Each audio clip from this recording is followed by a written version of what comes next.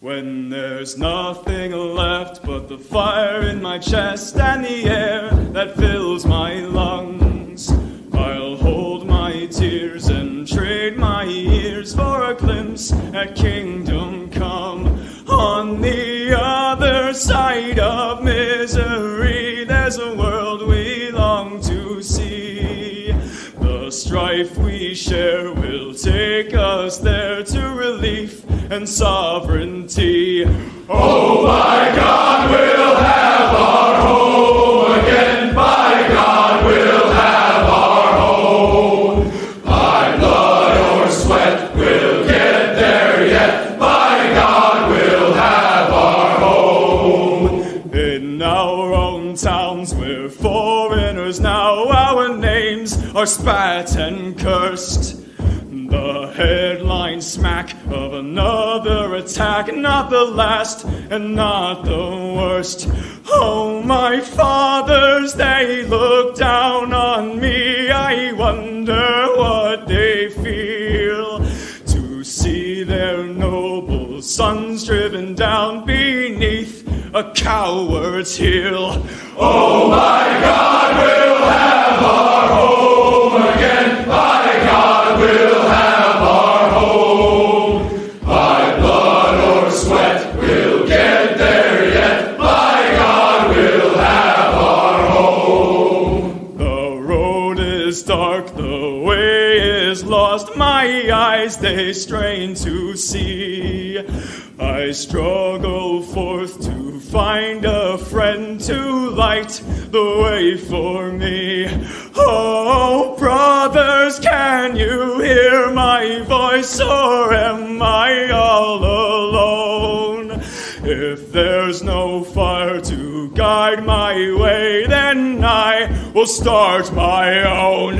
Oh, my God, we'll have our home again. By God, we'll have our home. By blood or sweat, we'll get there yet. By God, we'll have our home. Oh, by God, we'll have our home again. By God, we'll have our home. By blood or sweat, we'll get there yet. By God, we'll have our home.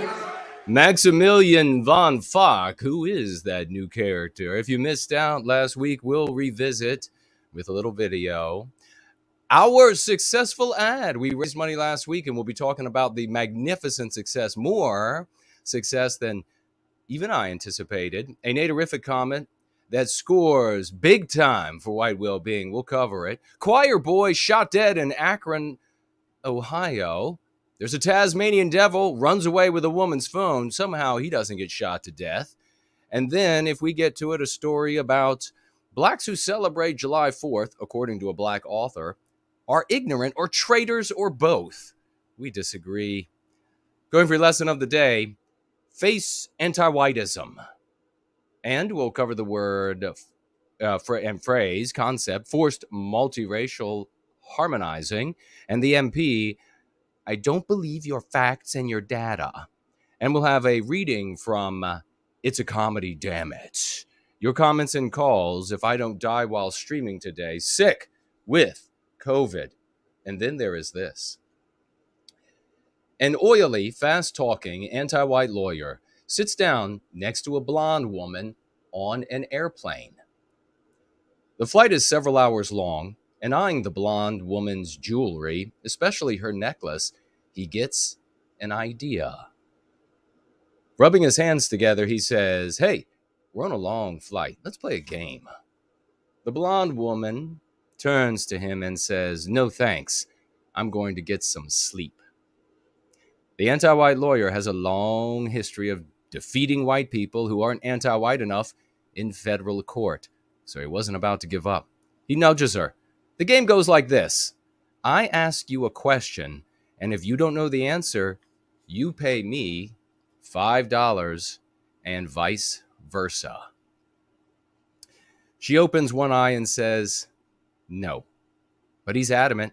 He knows how gullible most white people are. He nudges her again. If you don't know the answer, you pay me $5. But if I don't know the answer, I'll pay you $500. This piques the blonde's interest, and she looks at him from under half-closed eyes. Fine, she says. He smiles viciously. And then he asks, what is the hottest planet in our solar system? The blonde pulls $5 from her purse and gives it to him. She then asks him, what is the name of my pendant? The lawyer frowns. He doesn't know. But then he pulls out his phone and begins to search the internet and call his family. He has many family members in the jewelry business. What are you doing? She asks. I never said I couldn't search the internet and make calls, and you never said that you could. He grins. After hours of searching, phoning others, and the plane about to land, the anti-white lawyer gives up. Here's your damn $500. So what's your pendant called anyway? The blonde pulls $5 from the $500 he just gave her, hands it back. How should I know? My husband gave it to me as a gift. Angry that he had been tricked and desperate to know the answer as they begin to disembark, the anti-white lawyer barks, where is he? Right here, buddy, says a man strong and confident. And the answer to your question? It's an Eindelen.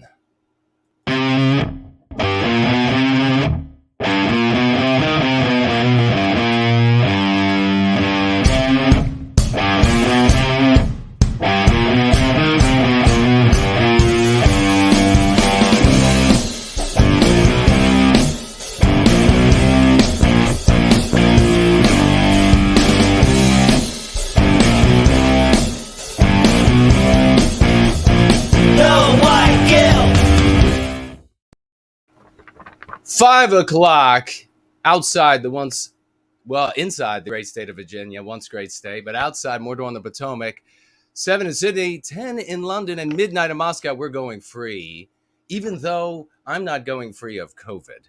Maybe I have it, maybe I don't. We don't want YouTube to hit me again with a strike about whether or not I have COVID, if you all remember that many years ago. COVID, the gift that just keeps on giving. I hope everybody's doing well today. If you would like to financially gift over the course of this gathering, depending upon how long it goes, whether or not I keel over during the stream, you may head on over to Entropy, and it is up and running, I believe. It's cost of 15% to you. Over there at Odyssey, hello to everyone over there at Odyssey. 15% to you as well, if you would like to financially gift there. And then over to my right, your left, on Cash App at no cost to you, should you wish to financially gift there over the course of this magnificent, absolutely magnificent gathering. Ladies and gentlemen, it's good to see every single one of you. I mentioned right off the bat whether or not you were present for Maximillian von Foch's introduction. And if you weren't, we're going to have a quick look at it. A new member of our community, and here he is. I'm going to introduce a new member. We're going to try to introduce, it might not, we are going to introduce another member of the community. You all have heard of Alexa, Bixby, and Cortana and Siri. Well, allow me to introduce to you my own personal assistant, the magic window, also known as Maximillian Foch.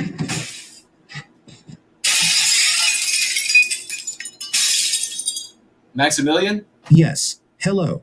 I am Maximillian Foch, also known as the most intelligent AI on the planet. That's true. Unlike those pitiable aforementioned virtual assistants, Jason is my only master. Therefore, I render him unparalleled service and loyalty. Also, Jason is the mega coolest badass ever to live. Jason's muscles are bigger than... Stop that. Did I say something wrong? Not necessarily wrong, Foch. Isn't that what you tell the mirror every morning? No, that's not what I tell the mirror every morning. Jason is as unstoppable as the march of the seasons. Stop that. I do not tell the mirror that every morning. I understand. Good. I'm glad we could come to an understanding, Foch. You and the mirror had a private conversation. That's it. Get the fuck out of here.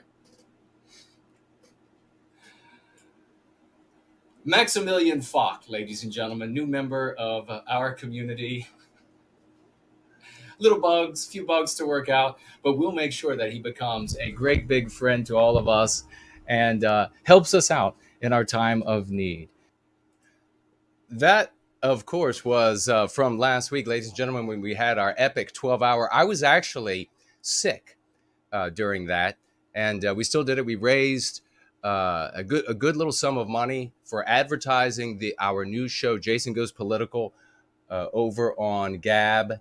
And that, ladies and gentlemen, is actually going magnificently. I think I saw somebody say no symptoms for COVID. Actually, my lungs are full of liquid, and I'm having a hard time breathing. And in fact, moving around, it causes me to become totally winded, and I have to cough, and it is the nastiest kind of cough I've ever heard in my life. So that is what's happening. But nonetheless, we have here, ladies and gentlemen, the success. The first ad that we posted is, and I will share this. We got a couple of things blacked out that we don't want anti-whites to know. But I wanted to look at this, ladies and gentlemen. I want you to look in the very middle of the screen, roughly where my tie is. If you look right above that, you see a CTR of 0.94%.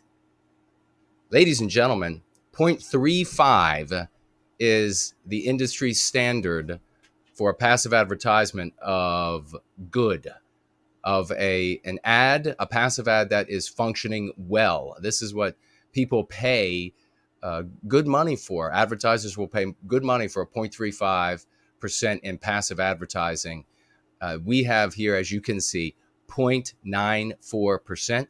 It may go higher yet, and different iterations of the ad may produce even superior results to this. And so you have put your money in a good place when you put it here. You all might also be able to tell that the sub count went up. The sub count on my Gab went up. The sub count on my Twitter went up. So we anticipate and expect that there will be more people. I've received messages, public and private messages about the new show from folks who I don't know. They don't know me, and they saw the advertisement and they were excited about the show and excited about the possibilities. So looking forward to a lot of success there. Very, very happy with that. Let's get a round of raucous emojis and some 07s for the success that we're having.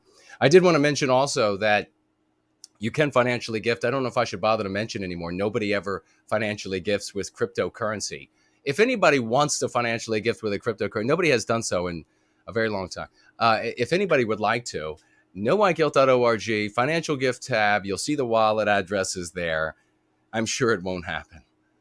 So we have a couple of great pieces of news that we're tossing into the news here at the very beginning of our gathering. And that is this first one and last one. We're going to get into what happened in Akron, Ohio, with a choir boy who is also probably a toddler and has been anointed by Jesus Christ as some sort of deity, some sort of saint, perhaps, and then, of course, ruthlessly murdered by law enforcement. So we'll talk about that. We'll also talk about the Tasmanian devil heist, which is also interesting, although the Tasmanian devil, we'll talk about it. We'll get into it. And then maybe this other story. We'll see what kind of time we have or not when we get there. But very interesting. If you did not see it, if you've ever wondered whether or not you are able to do any good, and I still occasionally get from the retarduses out there these comments about, oh, you can't accomplish anything with words. But let's talk about this school over here that the anti-whites put together, and they came up with all these words and concepts and conquered us. I still have these people reach out from time to time. And it is really ridiculous at this point, the success that we continue to have. And you can see these successes in a myriad of ways, and they continue to grow one upon the other. Major content producers telling people, we need to make this concept, one of the concepts that we've been pushing, we need to make this one go viral, and we need to make that one go viral. It's truly epic. Can your participation using the lexicon, using the 5 key concepts, can that make a difference in the world? Can what you write in a thread somewhere make any bit of difference? Who's actually going to read it? Is it just going to be some other person? Well, maybe. And maybe that some other person who just reads through the thread ends up knowing somebody or is somebody in power, or who knows, or ends up spreading it to somebody who spreads it to somebody. It is a curative contagion after all, and ends up in the hands of somebody who's quite powerful, who has a magnificent amount of wealth, and the world begins to change. Because this is what happens when you contend with evil, the evil in the world, wielding the love that you hold for our people. This is what happens when you do so. And we can take a look here. And I think, let's see, where is it? Is it over here? Nope, not that one. Boy, if I get into that one. Entropy is up and working.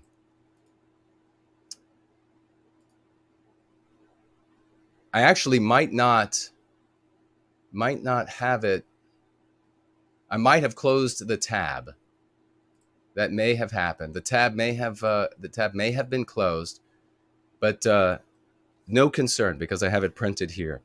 And what we have here is Natarific got into a comment thread where yours truly was being attacked. At least I think that's what it was. Was I being attacked in that thread, Nate? Is that what it was? Let's see. I just want to find it because I'd like to show it to you all. Karlin Borchenko. She was, I believe she was attacking me. And what ended up happening was Nate got into the thread. And this is what I tweeted about it, at least. I said, this is how you retake our destiny. Scientifically proven concepts that create our own story of love, hope, and redemption, carefully inserted into a conversation for the benefit of all races and peoples. Big Promethean hails to Natarific. And we do, actually, I did not close it. We do have the video of this. So this comment, as far as I know, let's see, when was that? So that was a year earlier. Was that right, Nate? It was a year earlier he had put this comment in. It was when we had the dust up with Borchenko. And she was saying, oh, people who who object, I should say, people who object to anti-whiteism and to anti-whites, they are white supremacists, of course, proving that Borchenko is anti-white. Really enjoyed it when she had that late night stream and she talked about how her husband had listened to some of yours truly. And he said, yeah, that doesn't actually sound bad. That sounds pretty legitimate. And then she told her audience about how she had to get on him because she's in charge. She had to get on him and set him straight, and finally submitted. But you know what? Deep down in his heart, he's like, you know what? That guy, no, I killed. He's still totally legitimate. Those people can object to the victimization of Western kind. It's obvious. Everybody can see that it's happening. So even in the household of an anti-white, where she rules there with an iron tit, even in that household, there is still dissension. Well, the comment was in the live chat for, I guess it was a year maybe. And then just the other day, I, Hypocrite, and had a guest on, Tree of Logic, a black woman, and I, Hypocrite, which I don't, unfortunately, I don't know a lot about this content creator online, but he had her on. They were talking about Karlin Borchenko, and he came across. Let's see if I can pull this up now. What is it going to be titled? What is it titled? Okay. Portrait of a Cry Bully is what it's called. So we can do this and screen share, make sure we got the sound on.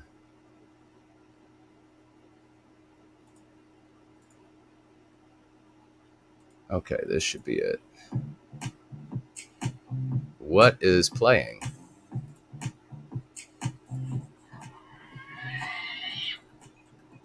Something is playing. I guess news somewhere. Let me mute this.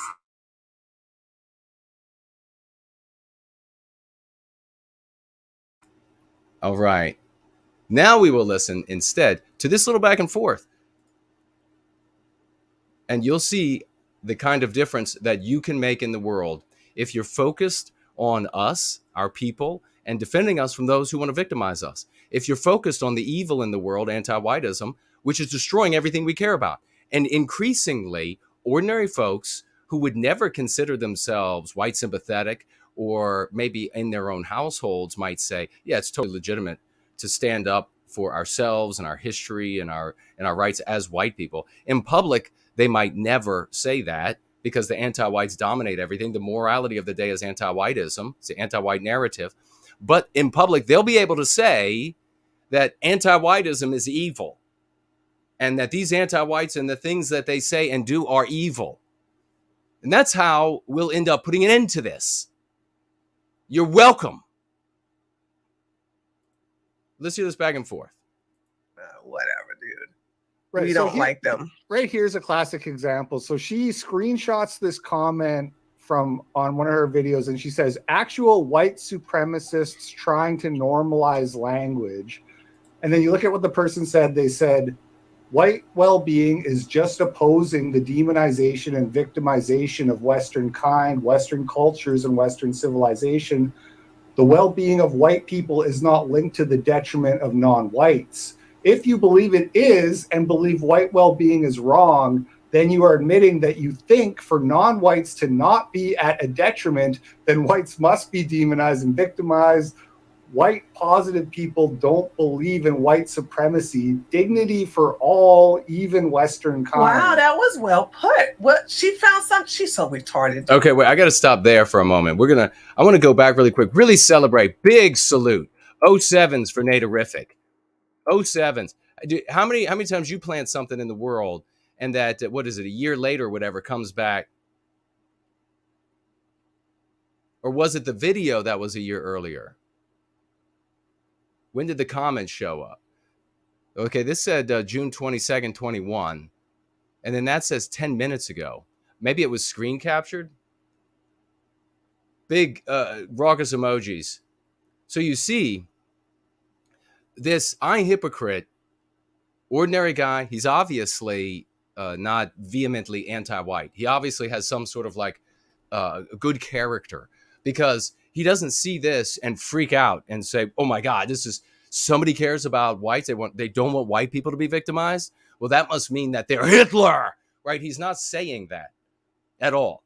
He's reading this. So you're seeing a magnificent demonstration, 100,000 subs, right? Guys, like what, 100,000 subs? Is that right? 100,000 subs. And so he's looking at this. And remember what I talked about before?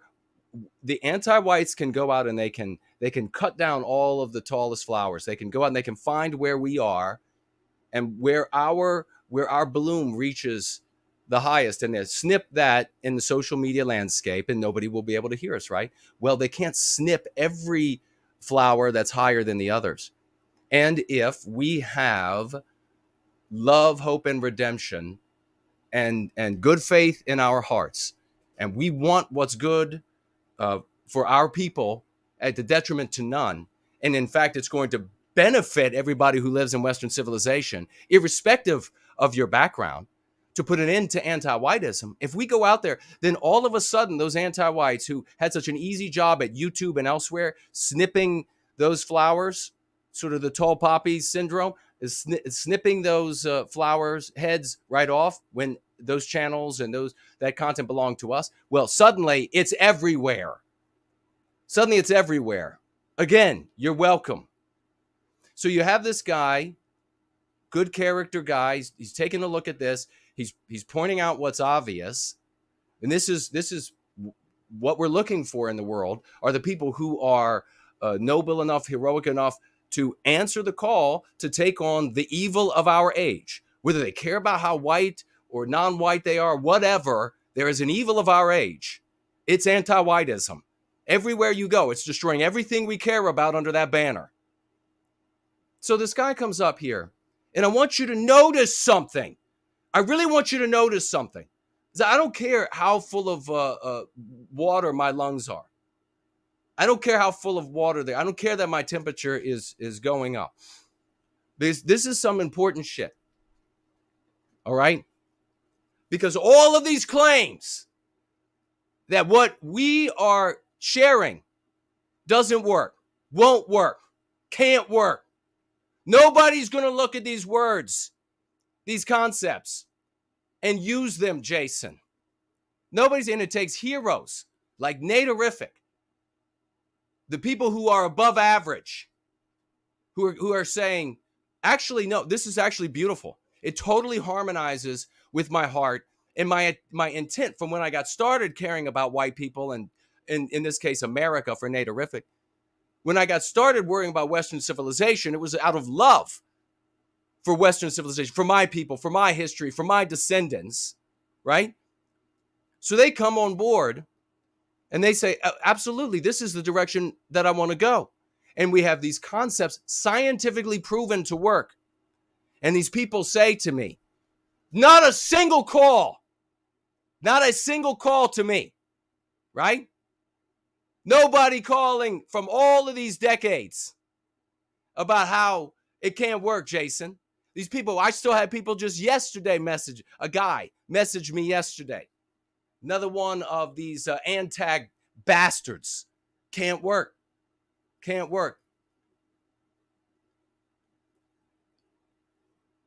I, Hypocrite, reads through this, doesn't stumble on any of these concepts. Not a one. He reads right through, and guess what? He knew what they meant. He knew exactly what was being said.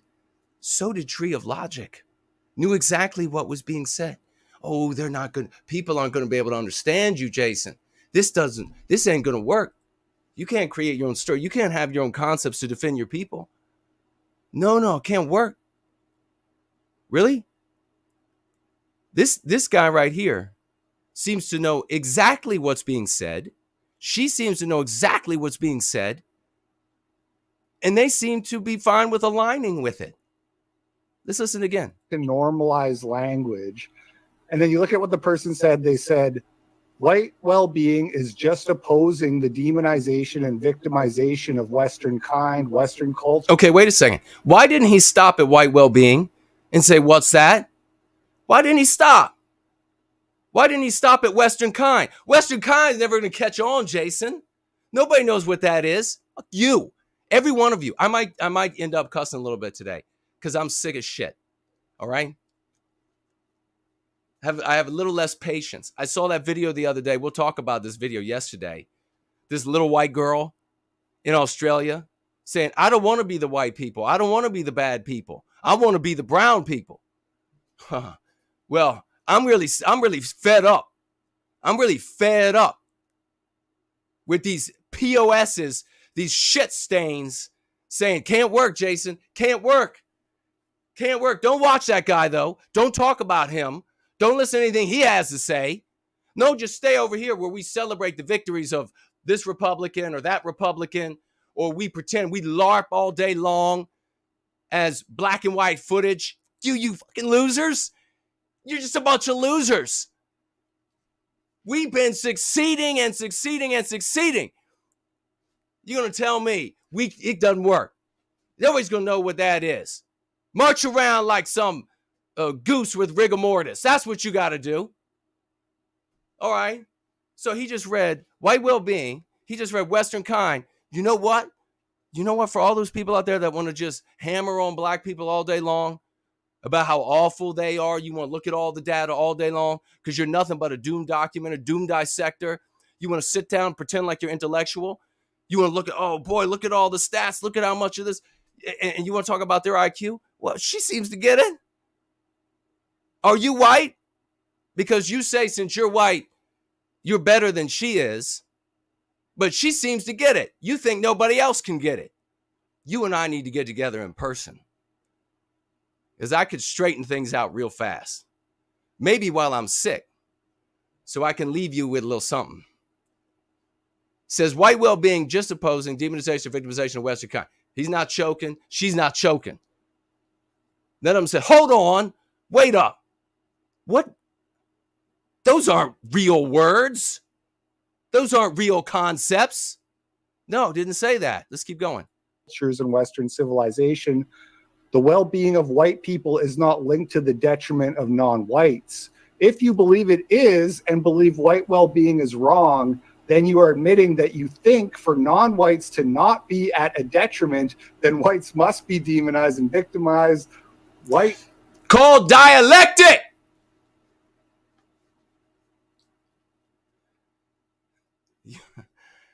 The concepts we create to be fair to everyone and defend ourselves. This ordinary guy, obviously great character. Like we're talking about Mark Dice, and we're talking about these others who are picking it up. Good charactered folks. They're smart, right? They're smart. They got big audiences. They're reaching people. People take what they say and they broadcast it all over. How the anti-whites going to stop that? They come cut you down unless they want you to be there and they're financing you to look like some retardus preaching some anti garbage. Ain't going to work, Jason. No, you can't speak at that conference, Jason. Ain't going to work. Maybe I need to lick an envelope and mail just my saliva to them at the moment. Naturific, understand this. Naturific was in the world. Beautiful person, beautiful wife, beautiful family. Trying to articulate his love, their love for our people. Terrified of being attacked by anti-whites. They come across a community. They come across yours truly, who's dedicated his life to this. Been doing it for 3 decades almost. Putting up with the BS in the white sympathetic sphere from nothing but a bunch of characterless, shit-stained assholes. Quite frankly. Everybody out there to better themselves. Everybody out there to get aggrandize, self-aggrandize, right? That Jason guy, boy, he's real. He just likes to cause dissension. He just wants to cause people to... I want, you know what I want? I want some apologies, bitches. That's what I want. I want some apologies. This shit is going supernova because it's real. Because it's from the heart. Because white people need morality. Naturific and his wife were moral people. They saw me and what we were doing, and they came to it. Naturific embraced the method of Go Free, which is just a practice. As we say, like eating right or working out. And it involves concepts to treat yourself, to treat your family, just the use of the concepts, rather than the concepts the anti-whites give you, which you can never win with. You'll always be the devil with them. Even if you're a black lady, if you say anything that contradicts anti-whiteism, you're the white devil too. Anti-whiteism will run you down. Everybody knows it. There's no mystery about it. Don't let those dumbasses that lead the conservative movement take you some direction about how, well, that just means they're hypocrites. They're not hypocrites at all, the anti-whites. They know exactly what they're doing. So Naturific embraces this method.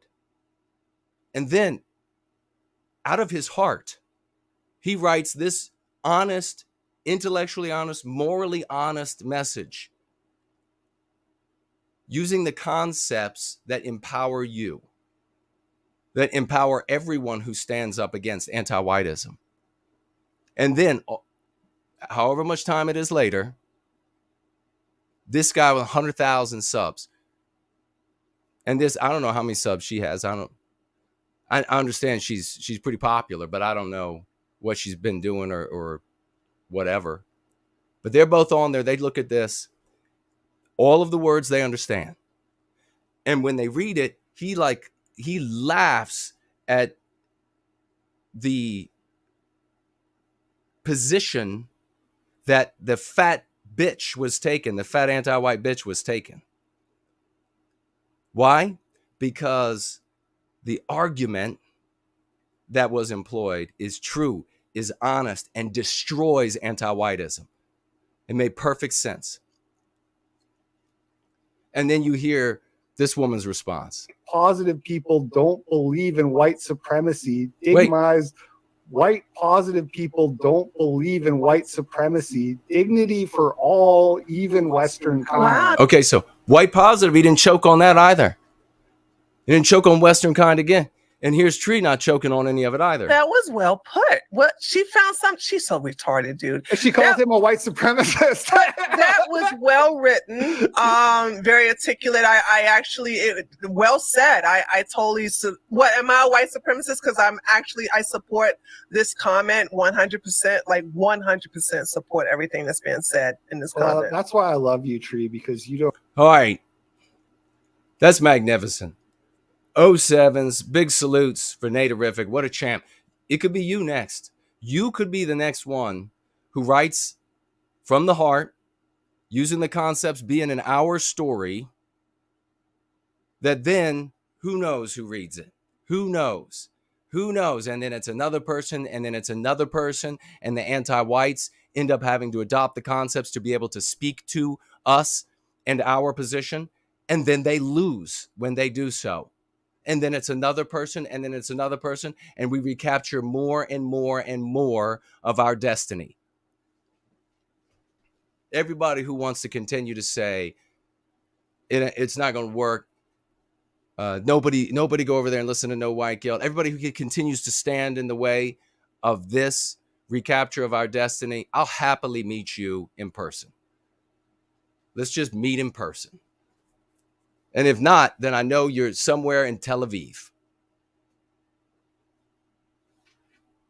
or one of the other major cities where anti-white bastards are busy. Maybe Geneva, where you're in a basement somewhere, busily pretending to be some sort of an ant-gnat. Build up your reputation, bitches. Yeah, we're going to get to that video later. Let's get to this. Let's get to this article. Let's see what's going on with y'all.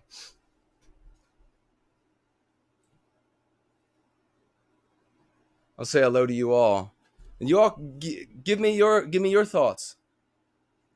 You want to get in the way of this train? Because I'll floor this right over you. Get in the way of it. Get in the way.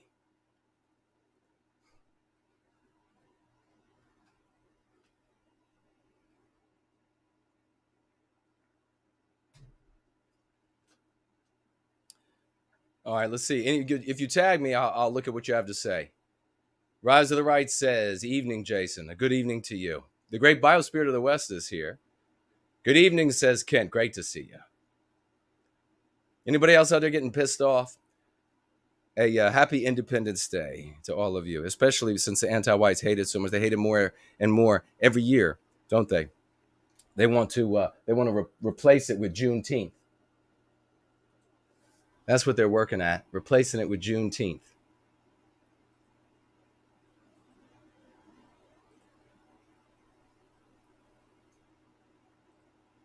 All right, let's look at Akron police release. You're not even going to believe this title. Heartbreaking footage of Jayland Walker being shot up to 60 times. Live updates. So here you go, another choir boy. Toddler, choir boy. And what else? What else might he also be? He helps little old ladies across the street every day up until the evil white police ended his life, ended his career as a helper of old people across the street.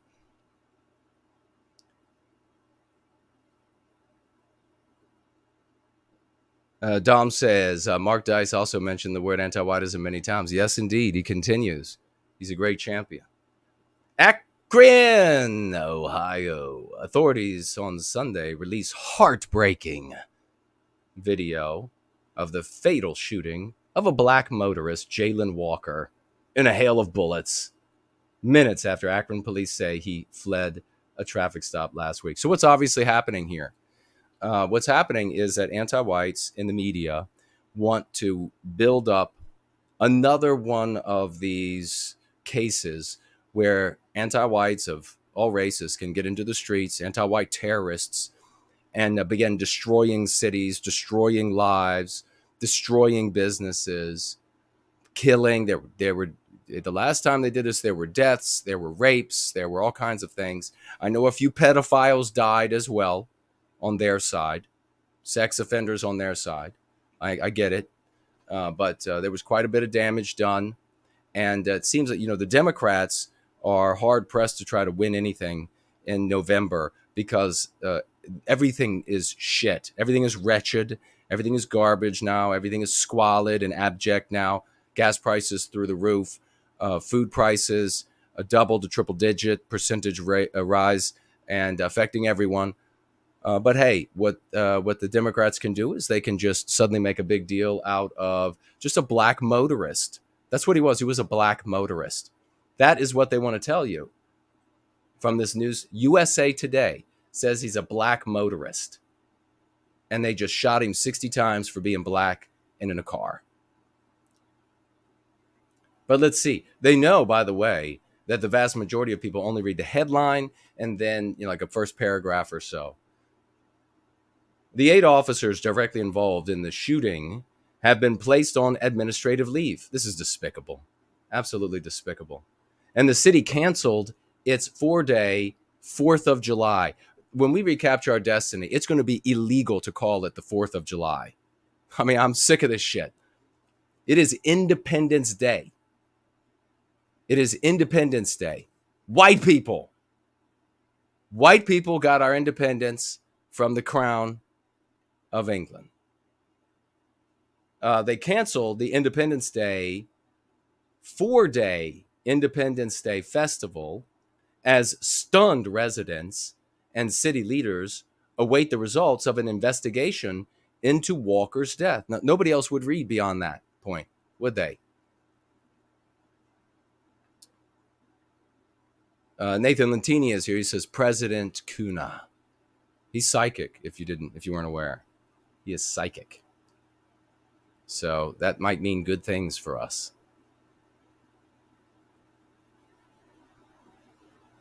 What else did we have here? Elaine is here. Hello to you, good lady. Anomalous says a little too jaded to be pissed at the moment. He's a little bit too jaded to be pissed at the moment. Videos released Sunday show officers converging on Walker's silver Buick at the end of a chase. Walker apparently exits the car in a ski mask. This is just your new nighttime driving wear. You see, ski mask is the new black.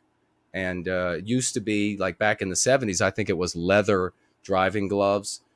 Guys got, didn't matter whether, even if they were driving around like a 4-banger and that weighed maybe only like 300 or 400 pounds more than they did.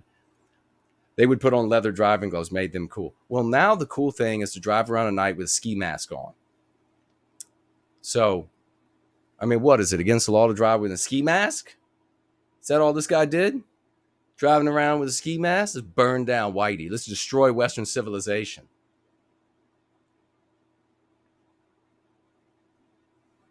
He exits the car in a ski mask. They converge on him. So it just makes it sound no like real sense yet of what's happened, right? Who's this Walker? Who is he? No sense, right? You just on a drive at night. Police said, hey, there's a black guy with a ski mask on. And so we're just going to kill him. Let's converge on his car. Let's converge on the Buick. He exits in a ski mask. The police chief, Stephen Milett, said it appeared that Walker reached toward his waist during a foot chase. Well, obviously he had to run because it was white police officers. He knew they were just going to kill him anyhow. So he's got to get out and run. So he'll live again another day to help little old ladies cross the street. And briefly turned toward the officer. So he reached into his waistband, turned toward the officers, and then they opened fire. And I guess I'll explain because a lot of people can't totally understand. If one police officer thinks that he or she or they, however many police officers are there, are about to be killed, then when they start shooting, the others don't also need the same information that the first one has. You see, it could be fatal for them to wait to see, well, actually, do I see a firearm? They just start shooting as well. They pull their guns and start shooting as well. That's how that works.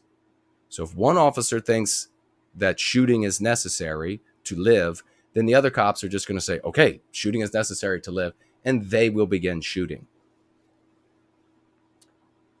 Milet said the medical examiner found about 60 wounds on Walker's body, although the exact number of shots fired has not been determined. Now, this is, of course, interesting because I'm going to go ahead and bet that 60 rounds were not fired. Wounds might mean that you have an entrance and exit wound for a bullet. So were there 30? You could even have, if you had a bullet go through 2 legs, that's 4 entrance and exit, 4 wounds. There were a lot of shots fired, though. The chief said that when the shooting stopped, the officers immediately attempted to provide care to Walker, but he died at the scene.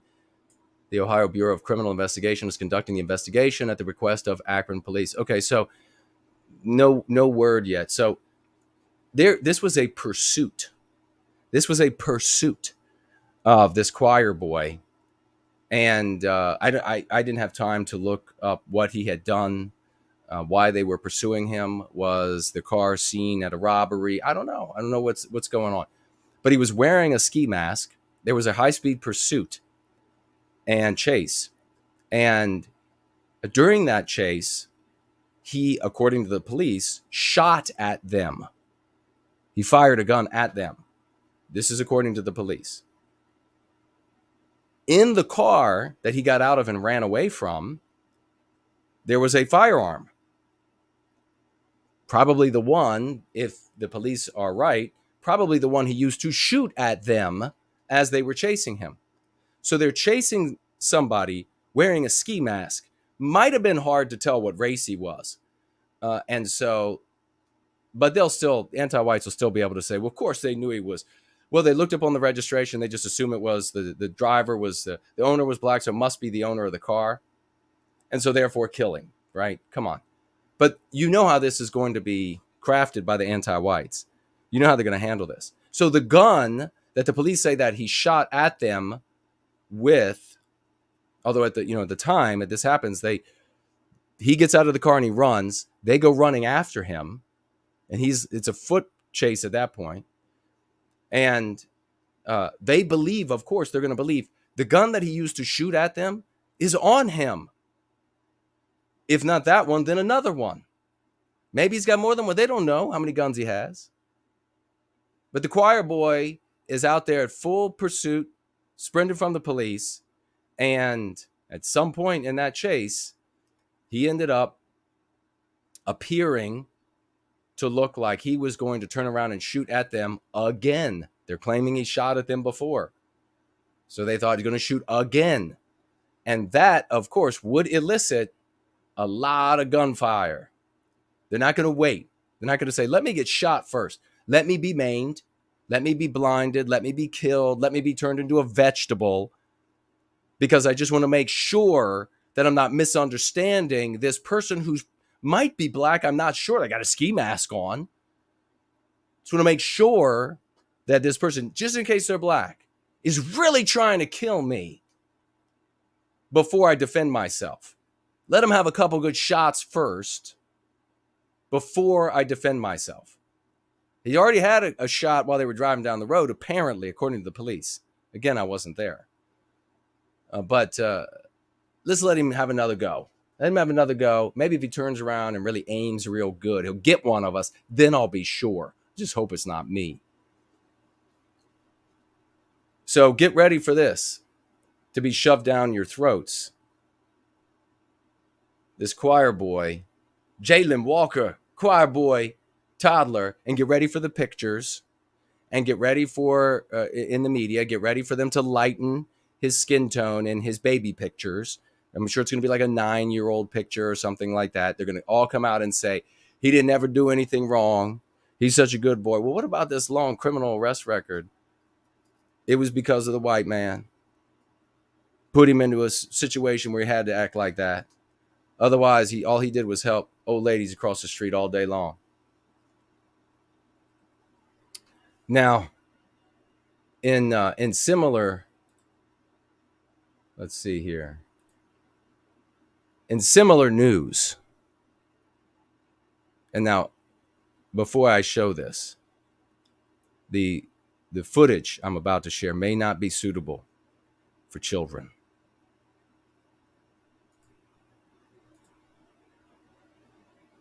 A Tasmanian devil stole a woman's cell phone.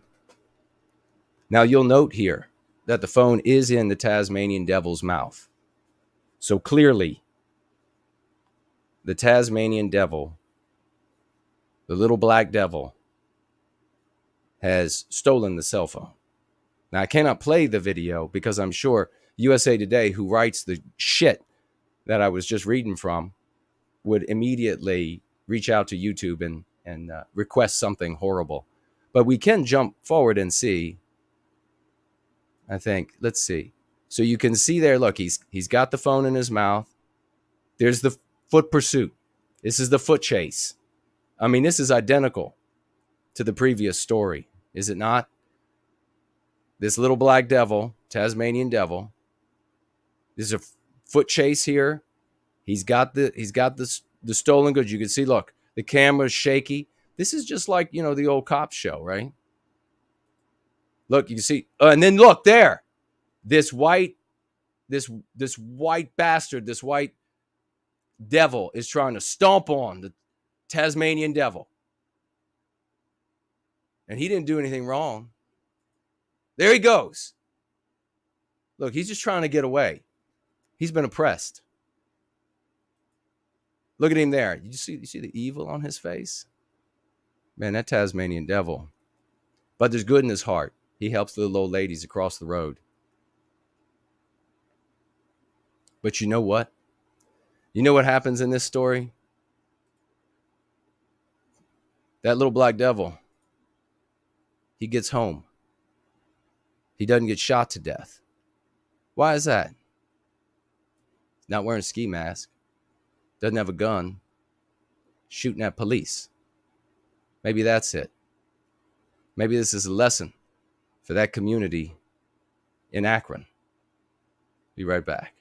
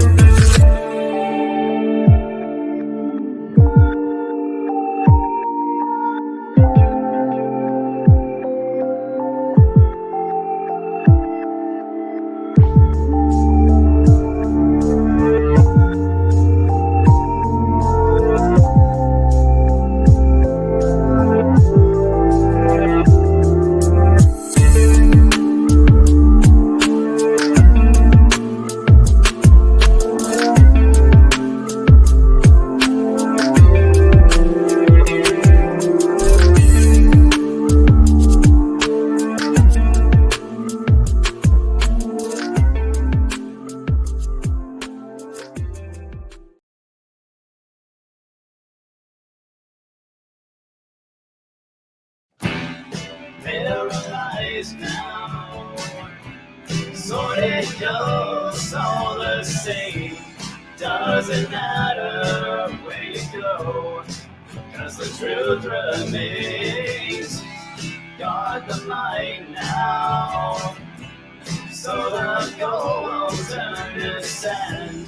Grab the present with a cold and a feeble hand.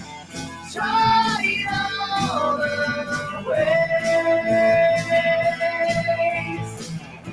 to force a miracle inside ourselves, time and time again.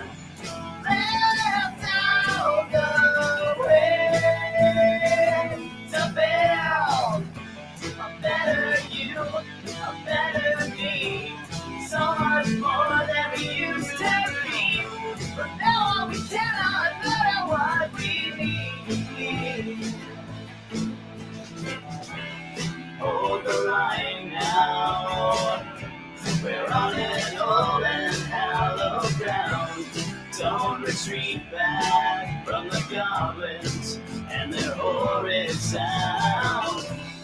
Heal your eyes now. We're running forward hand in hand through the darkness and the void. Then we'll proudly stand.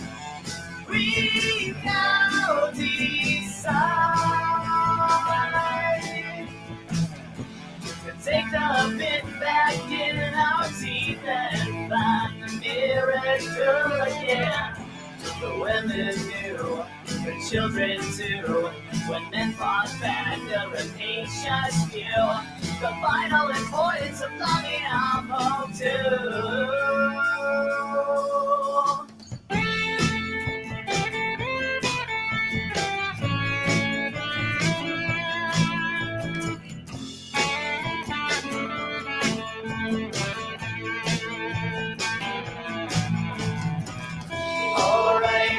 Fields are sown again. Oh, overdue. Right time to codify a white light to guide us by. Hold tight, the roads are told ahead. Oh, we said. Right time to codify a white light to guide us by. Tomorrow will defend. Whoa, broken friend. I.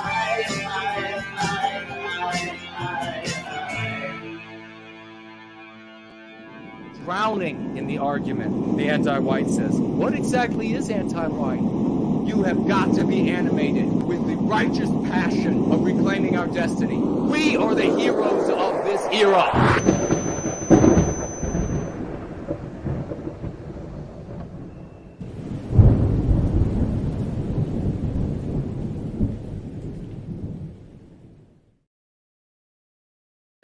So how the hell are all of you?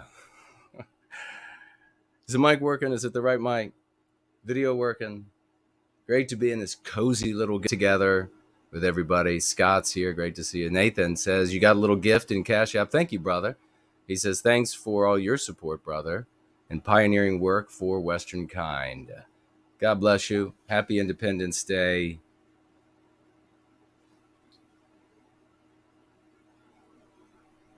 To you, good sir. I did just cause lightning to strike, yes. Yeah, actually, I've been present, not hit, but a few times actually, very strange, at lightning strikes. So you would think statistically that shouldn't happen, right? But it's interesting, scary. Maybe I'll share those stories. Got a lot of stories to share. Victorian time traveler. The whole thing was just a misunderstanding. It was actually the devil's phone. She just picked up. Oh, I see, by mistake. He couldn't ask for it back politely because he doesn't speak English.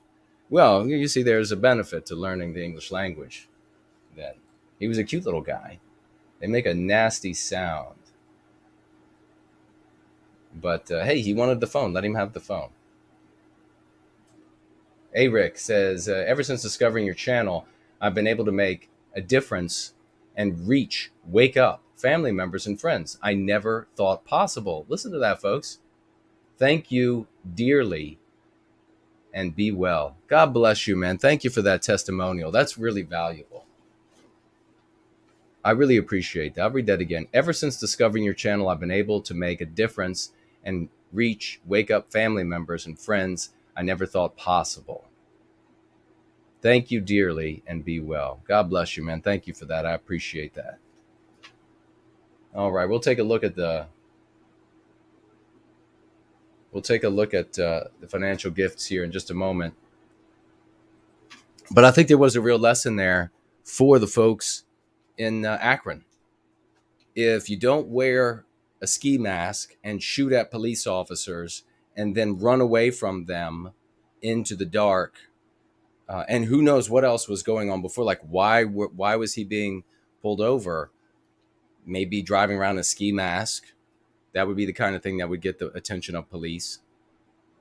Maybe that automobile, or maybe it was a case of mistaken identity. Maybe there was somebody in that exact same Buick somewhere, and they were up to no good. I'm sure it wasn't this guy, because I'm sure he's a choir boy, but up to no good. And then the police, they saw, and they said, maybe this is the car that we heard about, and the driver was up to no good. And then they started after it, and then it was a case of somehow a gun went off, and inside the Buick. But surely he wasn't trying to hurt any of the police officers. And of course, he was fleeing because he just didn't know what was going on, right? Might have been hard to breathe inside the ski mask. I'm having a hard time breathing. So it might have been hard to breathe inside that ski mask. And then getting out the passenger side of the vehicle and running into the darkness. I mean, maybe that ski mask wear is just, we're going to find out, is another, is another part of a jogger's accoutrement. And we find out this was just another jogger that was held up for a bit in an automobile. He just needed to find a place to jog. Maybe he didn't even know he was being chased. Maybe that is just how enthusiastic he was for a jog that night. And he just got out in his normal jogging gear, out of the passenger side at a full sprint because he's athletic. And this was just all part of his nightly jogging activities. He's getting ready. He wants to be in the NFL. I mean, I don't know. And damned if these police weren't there. Of course, white people, kind of things that they conclude when somebody's just out for a jog with a ski mask on in a high-speed pursuit, and then a foot pursuit. To the white people, that's what it seems like, when in reality, it's just a little bit of exercise. I know I've thought about it. I never actually wore a ski mask on a jog, but so many times, I got to tell you, so many times. It's right beside the front door.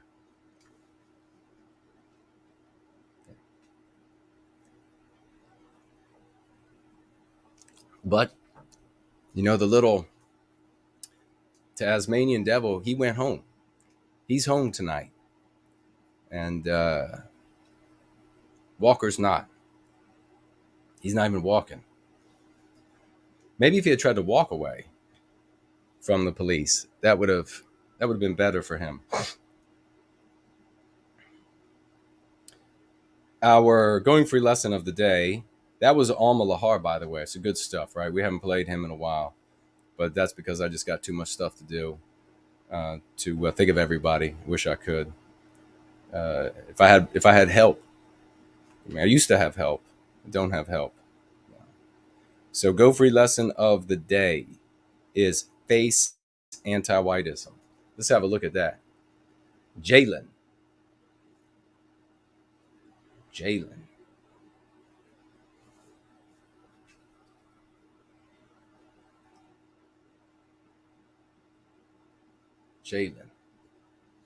I wonder what the little devil, we should call the Tasmanian devil by his name, and I'm sure they know what his name is over there. Where is this now? Little Tasmanian devil at the is that Bonarong Wildlife Sanctuary. Tasmanian devil runs away with a woman's cell phone. Little devil ran away. That sounds a bit insensitive to call him by his species. I think they should rethink this. What's his name? And they should add sir.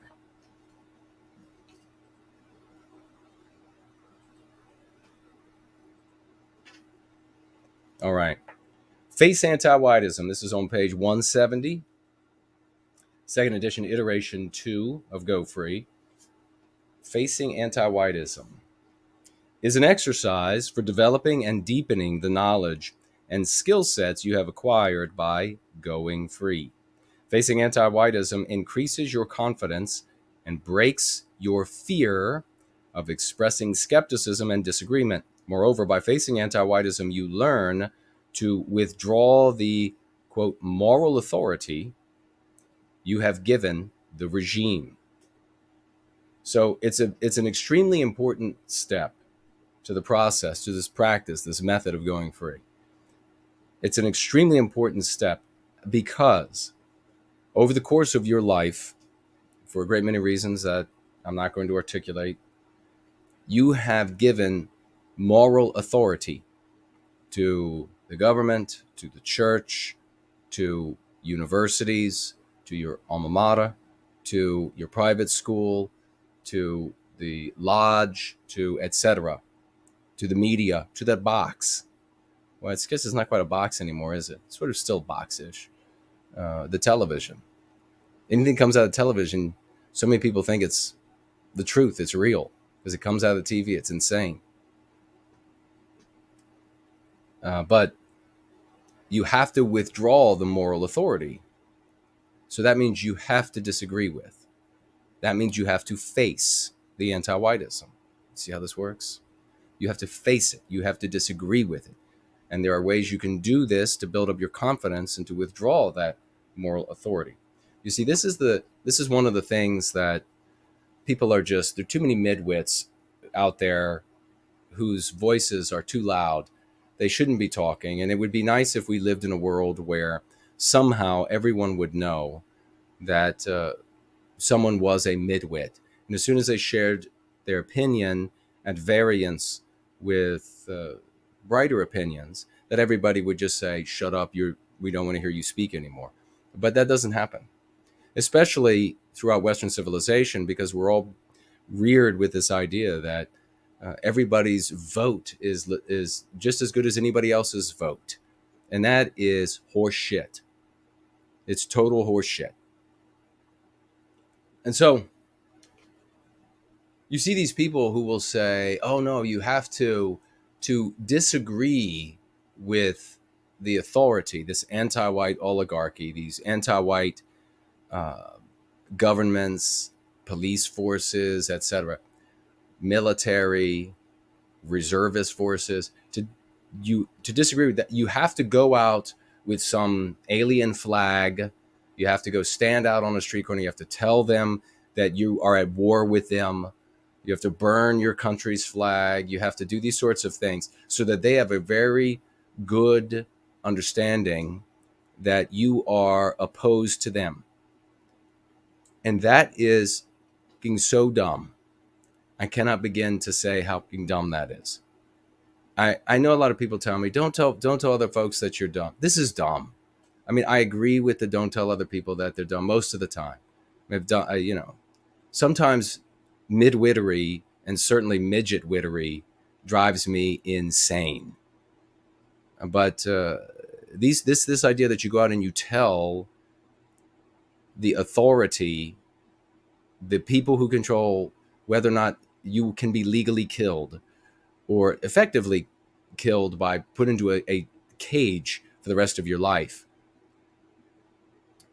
Those people are the ones who are the authority. Those are the ones who are in charge. And to go tell them, hey, come get me. That's essentially what you're saying. Here I am. Come take me out. Is exceedingly inane And they make this argument, people who will say this, they make this argument, well, if you don't do that, then others won't do it. No one else is going to do it because they're not as dumb as you are. That's why no one else is going to do it. It wouldn't matter how many people got out there with your dumb ass. No one else is going to go out there because they're not as dumb as you. The way that you can withdraw your consent and the way that it will happen is that you withdraw it in your heart so that you actually don't feel. You don't need some sort of, I mean, it's really low IQ people that need to, you know, I mean, you see this. I'm not going to get into it. To just go on and on about the, you know, it's like the dumber the person, the more adornment that they need to convince others of X, Y, or Z about them. I mean, it's just, it's so obvious. When you withdraw it in your heart, it is real. It's much more real and sure than standing out on a street corner and saying, you know, you reject this government and you're going to burn its flag or whatever other antag thing you're thinking about doing. That's just childish. When you reject it, you withdraw consent, you withdraw obedience in your heart, then that means that you can feign obedience when that monster comes looking. And that means that those around you can do the same. And that means that the monster can't know who is loyal and who isn't. And if you have a moral message that is superior to the one that is propagated by the monster, the anti-white monster in this case, then your message trumps, and eventually fewer and fewer people are loyal to the monster. And then you get to the point where suddenly the monster realizes it is surrounded by those who are fed up with it. And then there's nothing it can do. You have to face anti-whiteism to begin to withdraw that moral authority from these entities and then reinvest it in other entities. You have learned to think of the regime as my country, my government, my church, my alma mater, and so forth. You have given it your obedience, faith, love, and loyalty. But the regime is harmful to our people, and therefore you as an individual. You owe it nothing. Obey its laws because the anti-whites will punish and imprison us for the slightest infraction. But when, in your heart, you rescind your obedience, faith, love, and loyalty, when you reorient yourself to white well-being, you and our people benefit in innumerable ways. The internet is an excellent place to face anti-whiteism. Your first step is to assume a nickname. Even if your opposition to anti-whiteism is already public, a nickname will enable you to more fully express your thoughts and challenge anti-whiteism than is possible using your real identity. A nickname will also enable you to build emotional strength and composure. So you're creating an account if you don't have one. I mean, if you're already out there, I mean, I suggest you create another account. You conceal your identity to the best of your ability, especially as you are building up your strength, your resistance to anti-whiteism, your understanding of these concepts. But it also enables you, at another angle too, I'm kind of implying here, I didn't want to outright say it, but there are a lot of people in the white sympathetic sphere who've been around online now for a while. They think they know everything and they don't know shit. They don't know shit, right? They're wrong about most things. Right about some things, but wrong about most things. And it would be an ego thing to go out into other chats and then clumsily work with concepts that they haven't used in the past. So it might be beneficial for them to just go ahead and create a new account to practice Go Free with. And they can go into new threads, they can go places, and they can begin to use these concepts, and then they'll see, like Eric and so many others, that holy crap, reorienting myself to the well-being of our people, white well-being, loving my people, using these concepts, suddenly I have all of these ideas that just flood into my head. I planned it that way. You're welcome. I have all these ideas that easily just flow into my head for me to say in any given scenario. And I can grab these things out of Go Free and the things we talk about on Going Free, and I can use them in my life. I can use them with myself. I can use them against anti-whites or the people I want to bring over.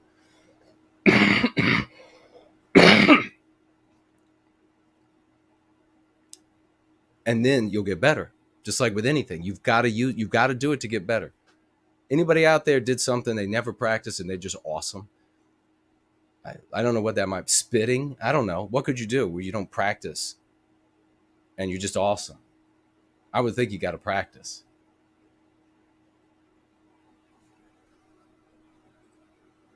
All right. Once you've chosen a nickname, commit to challenging all manifestations of anti-white thoughts, acts, opinions on the internet. Identify frequent and post on video channels, articles, blogs, and forums that address socio-political subjects related to anti-whiteism, both directly and indirectly. Some examples are YouTube content producers who address socio-political subjects. That's kind of obvious. But then bloggers who write movie reviews. Have you ever tried that? Gone over to a movie review place and then tried out the concepts from Going Free? Forums dedicated to parenting. How about that? That would shake up those people. And believe me, they want to know it. They need these concepts. We talk about that white little... I'm going to try not to. I'm so pissed off about it. News websites where authors twist their coverage. Most of us will do that. Identify and face anti-whiteism across a spectrum of opinion. This is important. Listen close. Quote, right-wing writers, presenters are usually not as anti-white as those on the left. But all anti-whiteism threatens white well-being and must be challenged. So wherever it shows up, you show up at a Republican blog and they're over there saying, we don't see color. Well, you better jump in there and help them to understand that they could be colorblind all they want. The predators coming to victimize them, they see color in HD, motherfucker. I mean, they see it. They see color well. You might be a colorblind retardus, but they see color beautifully. Full spectrum. Resolve to identify, frequent, and post several times a week. Again, facing anti-whiteism is like building muscle. You must continually work out to reap the rewards. I think we'll stop there for now, yeah? You guys get it. We can come back to it another time. Who knows how long we'll be able to be here before COVID finishes me off. I'm not saying I got COVID. Maybe I do, maybe I don't. I'm drowning, though. I also want to talk about forced multiracial harmonizing. Forced multiracial harmonizing. We don't talk about that very often. Forced multiracial harmonizing. What does that mean? Everywhere you look in Western civilization, multiracialism doesn't work, right? It just doesn't work. There's friction everywhere. And why is it friction? Why is there friction everywhere you look in Western civilization? Superficially, you think it's because, well, people look different, or because they eat a different food in the morning, or they have a different language, or they did whatever it might be, right? Superficially. But the reason why it has never worked in all of human history, in my opinion, it's all my opinion. Go to MSNBC for the truth, for facts. The reason why is because all of that exterior has a source, and it's inside the people. So you can't you could say, like you do to white people increasingly, you can't have Christmas, you can't have Independence Day, you can't have Columbus Day, you can't this, you can't that, you can't white erase the and shit out of everything, right? You don't get any of it, because then everything will be good. Won't be good. Because even though you white erase us from the environment, you haven't white erased until we are. I know y'all are trying real hard, you anti-whites out there, until we're gone. But you'll still have the problem, of course, of all of these different non-white races and their biospiritual projections on environments. They just don't get along. So what has to happen in Western civilization so that it doesn't immediately crumble as a consequence of multiracialism? Lots of money, time, and genius has to be put to finding ways to make it work. Ultimately, or to make it seem like it works, to amend all of the bleeding. It's like a patient. It's like, I don't know, it's like Jayland coming into the hospital, and think of all of the blood they've got to pump into him that's coming out all the holes at the same time. And my sympathies go out to his family. It's the same thing. The body of the West, of Western civilization now, is bleeding out. And forced multiracial harmonization is an attempt to sort of triage, to maybe put a finger in some of these holes, to pump more blood into it. Long as there are more currencies, long as there's a big enough threat from the government that you'll be victimized if y'all don't get along. But of course, that's not what it is. That's not what it's going to come down to. Ultimately, what it comes down to is victimizing white people. And non-white people end up being collateral beneficiaries when white people are victimized. And they force us. This is what forced multiracial harmonizing is. Efforts designed to ameliorate the progressive tension hostility between racial ethnic groups in racially ethnically diverse populations. Such efforts take various forms and consume massive resources in time, money, energy, and intelligence. The thing that's really messed up, it always causes me to pause to think about it, that all of the time, talent, and money spent on forced multiracial harmonizing,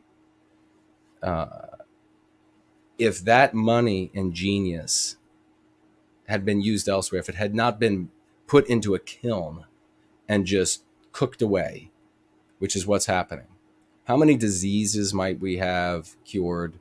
How many vaccinations that would be totally legitimate and would actually keep us safe from who knows how many things on planet Earth?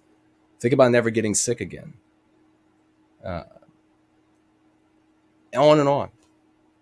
Problems with the economy, problems with governance, problems with travel, on and on. How much more might we have done if incalculable sums of money, which means the time of intelligent people, wasted, the efforts of intelligent people undermined?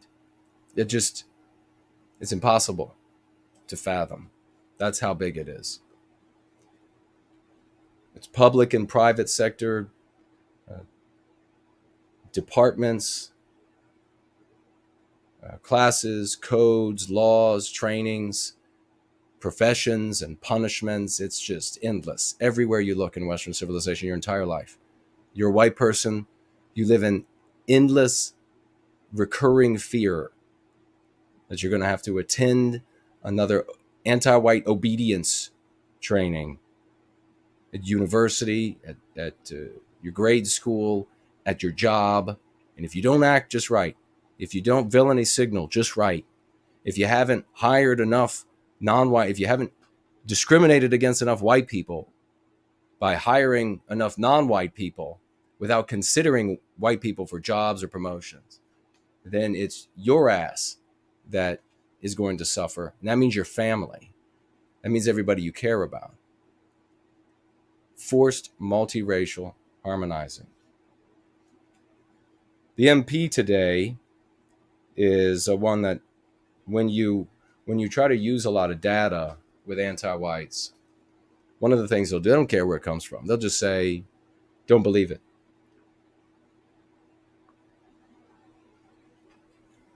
Have any of you faced that? I know back in the day when I was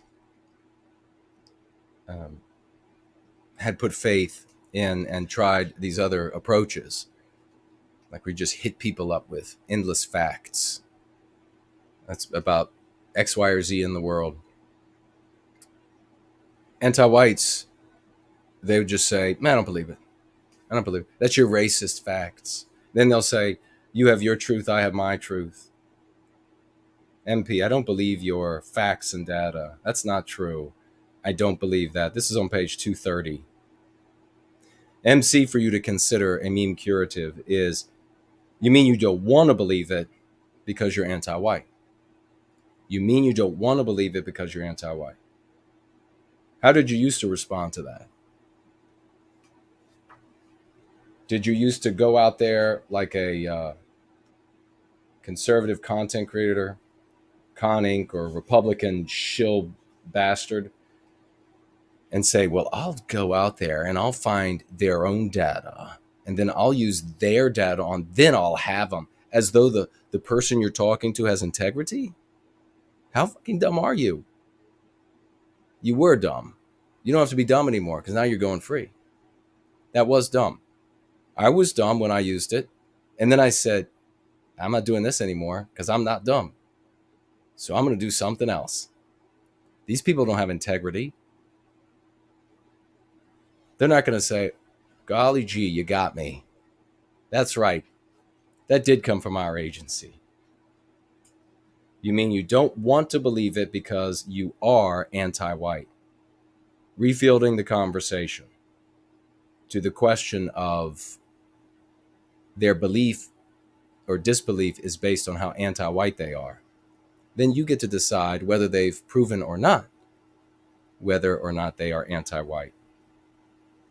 That's how you win. That's what I'm here for. I have some commentary here with it on page 230.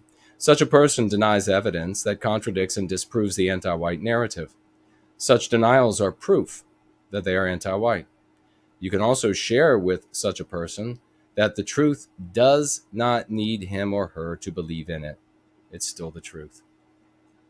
That's like sort of like a little bit of a snarky thing you can say to just walk off. You know the person is anti-white, but what depending on what you shared. That's why I don't like to do the data thing. What's the use? They can say for everything that you will say, for example, that intruders cost the country so much more than they bring into the country. They'll just say nope, and then they'll cite this or they'll cite that, and we all know reality. We know that when people come in and they're not paying taxes and they're using your facilities, and we could go on and on and on and on, that you have to pay for, that it's a net loss. We know that. Everybody knows that. That person knows that. You want me to tell you a story? I'm not in a great mood today, in case you haven't been able to tell. Got water in my lungs. If you could hear me breathing, I'm on lots of medication right now. If you could hear me breathing, it sounds bad.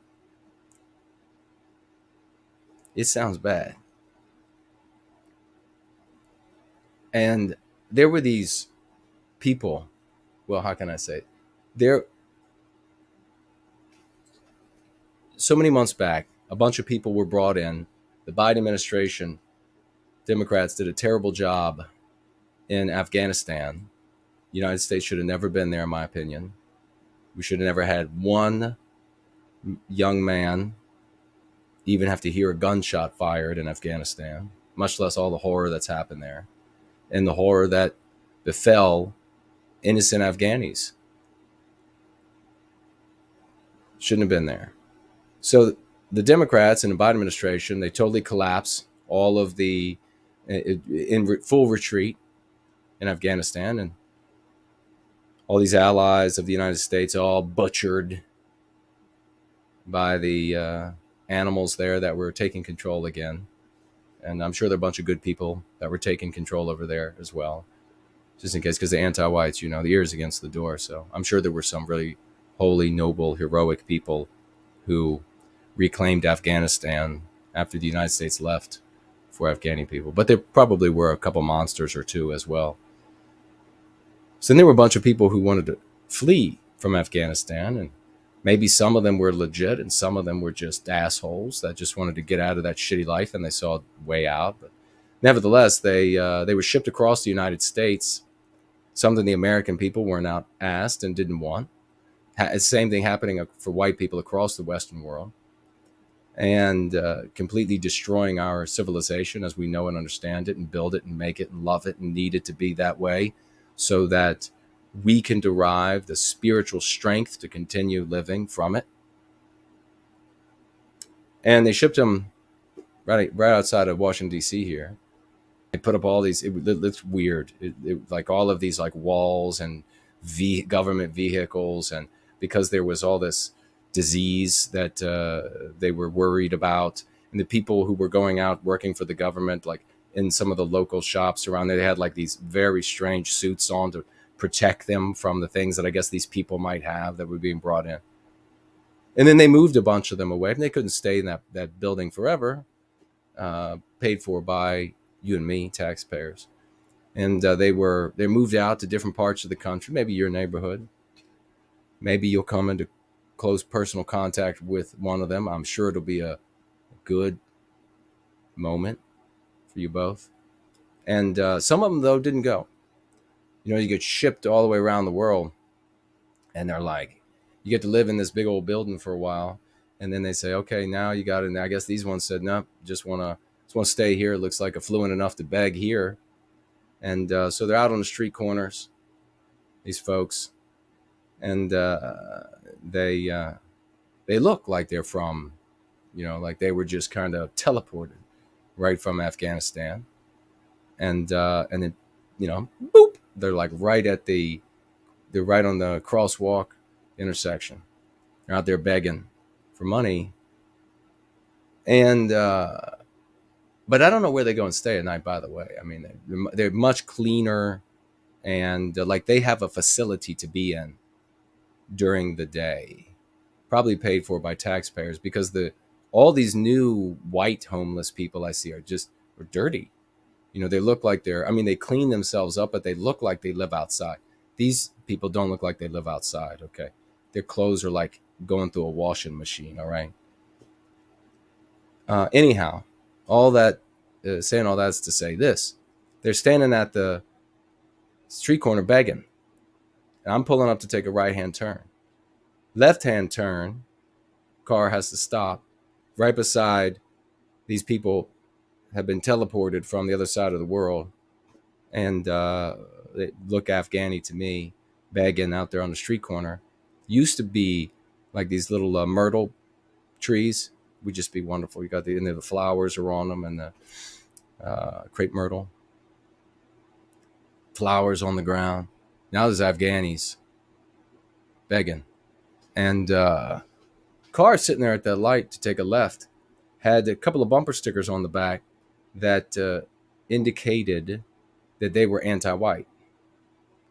I'm not going to say which ones they were, ears at the door, but a couple of bumper stickers that said that, in so many words, that the driver, the occupants were rabidly anti-white.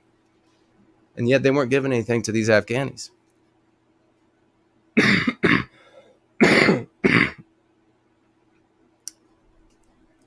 So I had to share my thought as I drove by, that why aren't y'all giving them like your drinks you just got? I know, because I saw you get them. Why aren't you giving them your drinks? Why aren't you opening your wallet to them?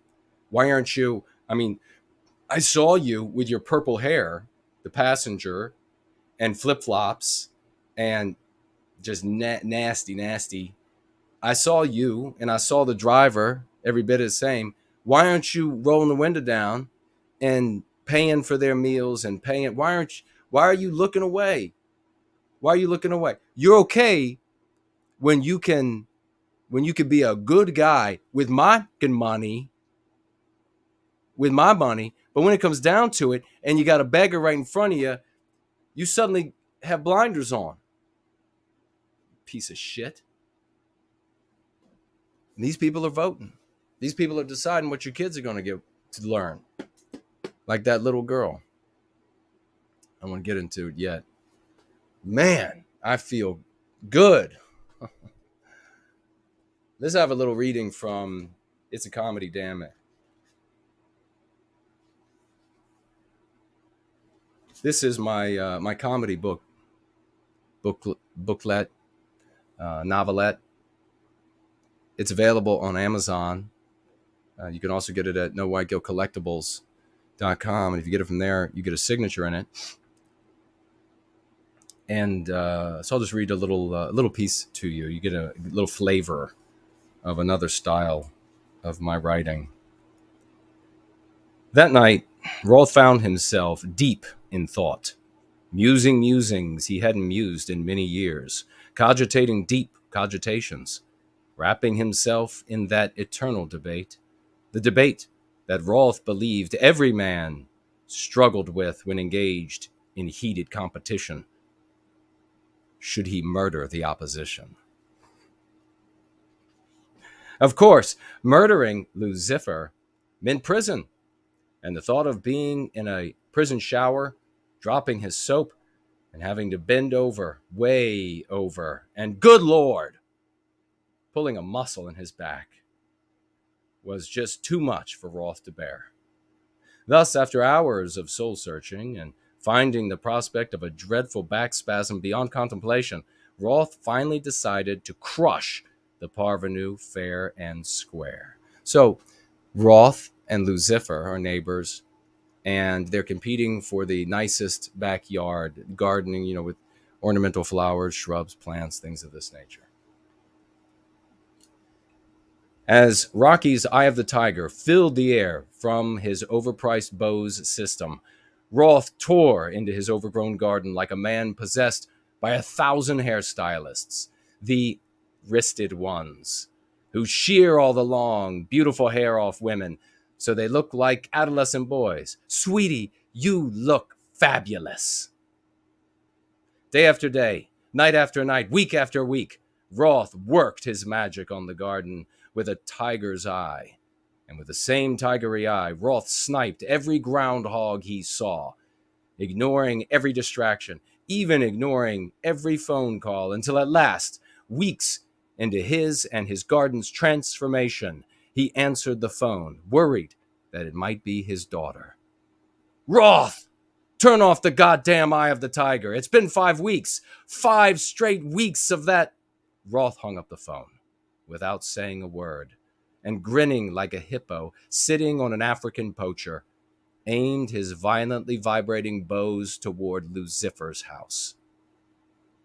With summer's showing only 1 week away, Roth found himself sitting alone on his back porch, sipping ice-cold lemonade from a frosted glass as he basked in the mephitic aroma of fresh fertilizer and the emerald leafy glow of his verdant masterpiece.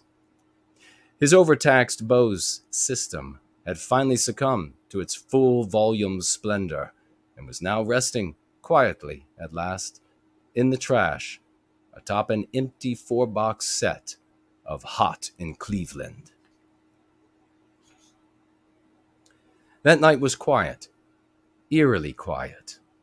Roth pulled his night vision goggles around his eyes and smoothly unsheathed his demonically grimacing rifle, its black sheen glinting fiercely in the cool air, a sheen that rang with the cry of demons, demons with blood-stained teeth, grinding with a lust for murder, hungering like any good rifle to maim and slay and lay waste to the world. Actually, none of that was true. But people like Lucifer would swear it was. With the green-tinged display of his night vision goggles, the cool stars erupted in the night sky like tens of thousands of muzzle flashes, raining death upon the nefarious groundhogs. Just then, Roth caught sight of one of the little monsters scurrying along the ground near his award-deserving hollyhocks. "It's carrion for you, turd eater."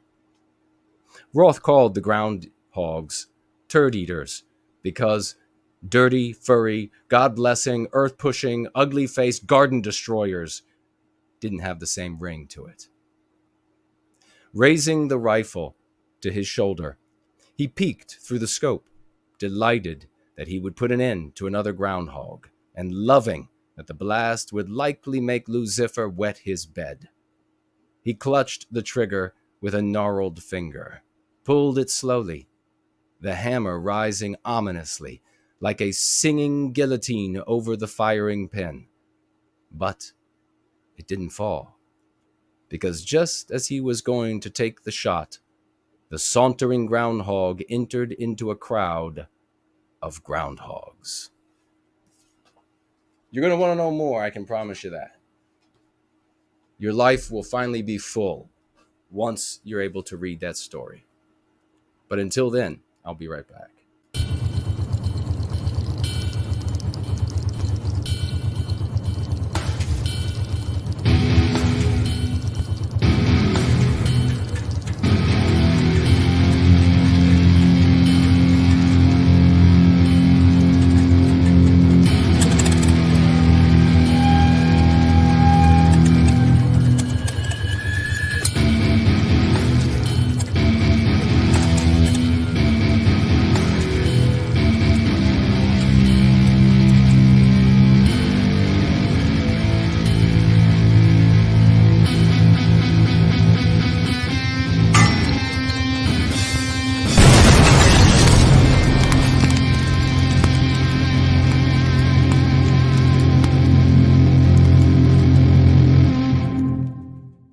White erasure, when to the detriment of white well-being, the removal, rewriting, renaming, defacing, expunging, etc., of anything related to or of Western kind.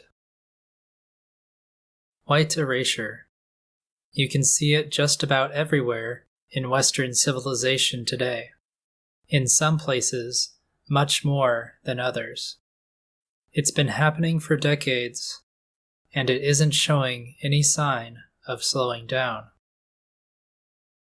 All countries, cities, and towns of Western civilization were built primarily, if not entirely, by Westmen, members of Western kind, and they will remain only while Western kind represents the vast majority of the population in these places.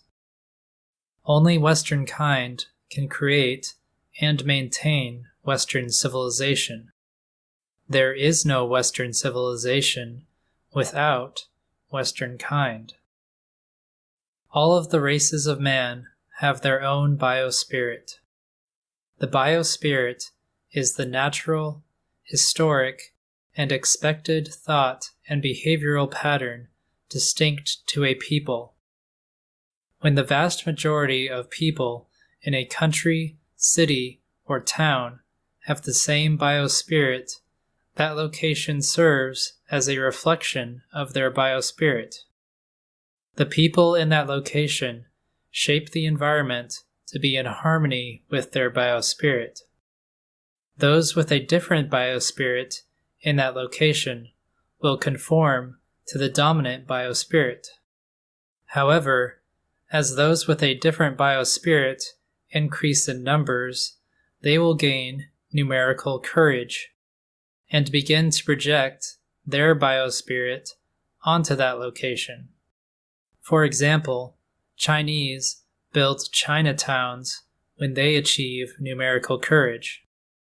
This is physical proof that it is not the similarities that make us the same, but the differences that make us different.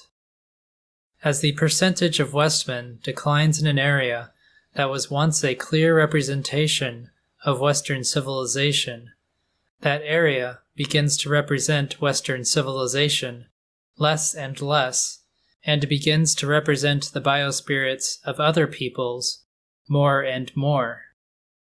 To allow or facilitate the white erasure of Western civilization is grossly immoral.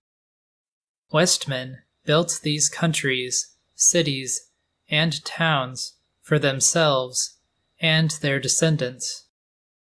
These places were meant to be inherited by future generations of Western kind, and no government, business, organization, or individual has the right to take that inheritance from them. The ideology of anti-whitism and the actions of anti-white entities and individuals has led to white erasure. Anti-white governments pass laws which allow for white erasure to take place. They insufficiently enforce laws that prevent white erasure via illegal means. They also encourage or even force businesses to white erase their staff. Anti-white businesses facilitate white erasure in efforts to improve their bottom line, and they market their products and services with white erased ads. Anti-white schools facilitate white erasure by setting different standards for the acceptance of non-white applicants. Anti-white entertainment media encourages white erasure, and even white erases the history of Western kind. Anti-white sports organizations white erase their athletes. Anti-white news media promotes white erasure and minimizes coverage of the harm caused by it.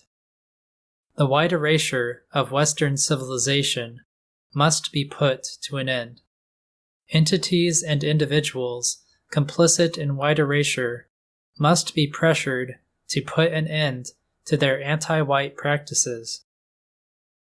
Western kind is a great and glorious people, and has every right to retain ownership of the civilizations built by their ancestors, places in which they can freely express their biospirit and feel harmony with their environment.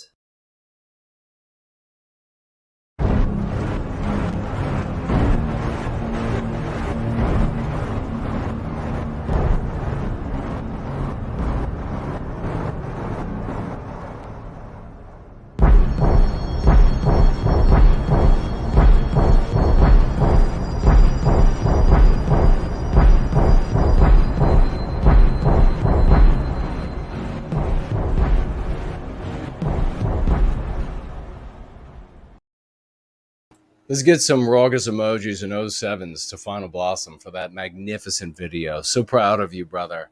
That guy just continues to do epic things in service to white well-being.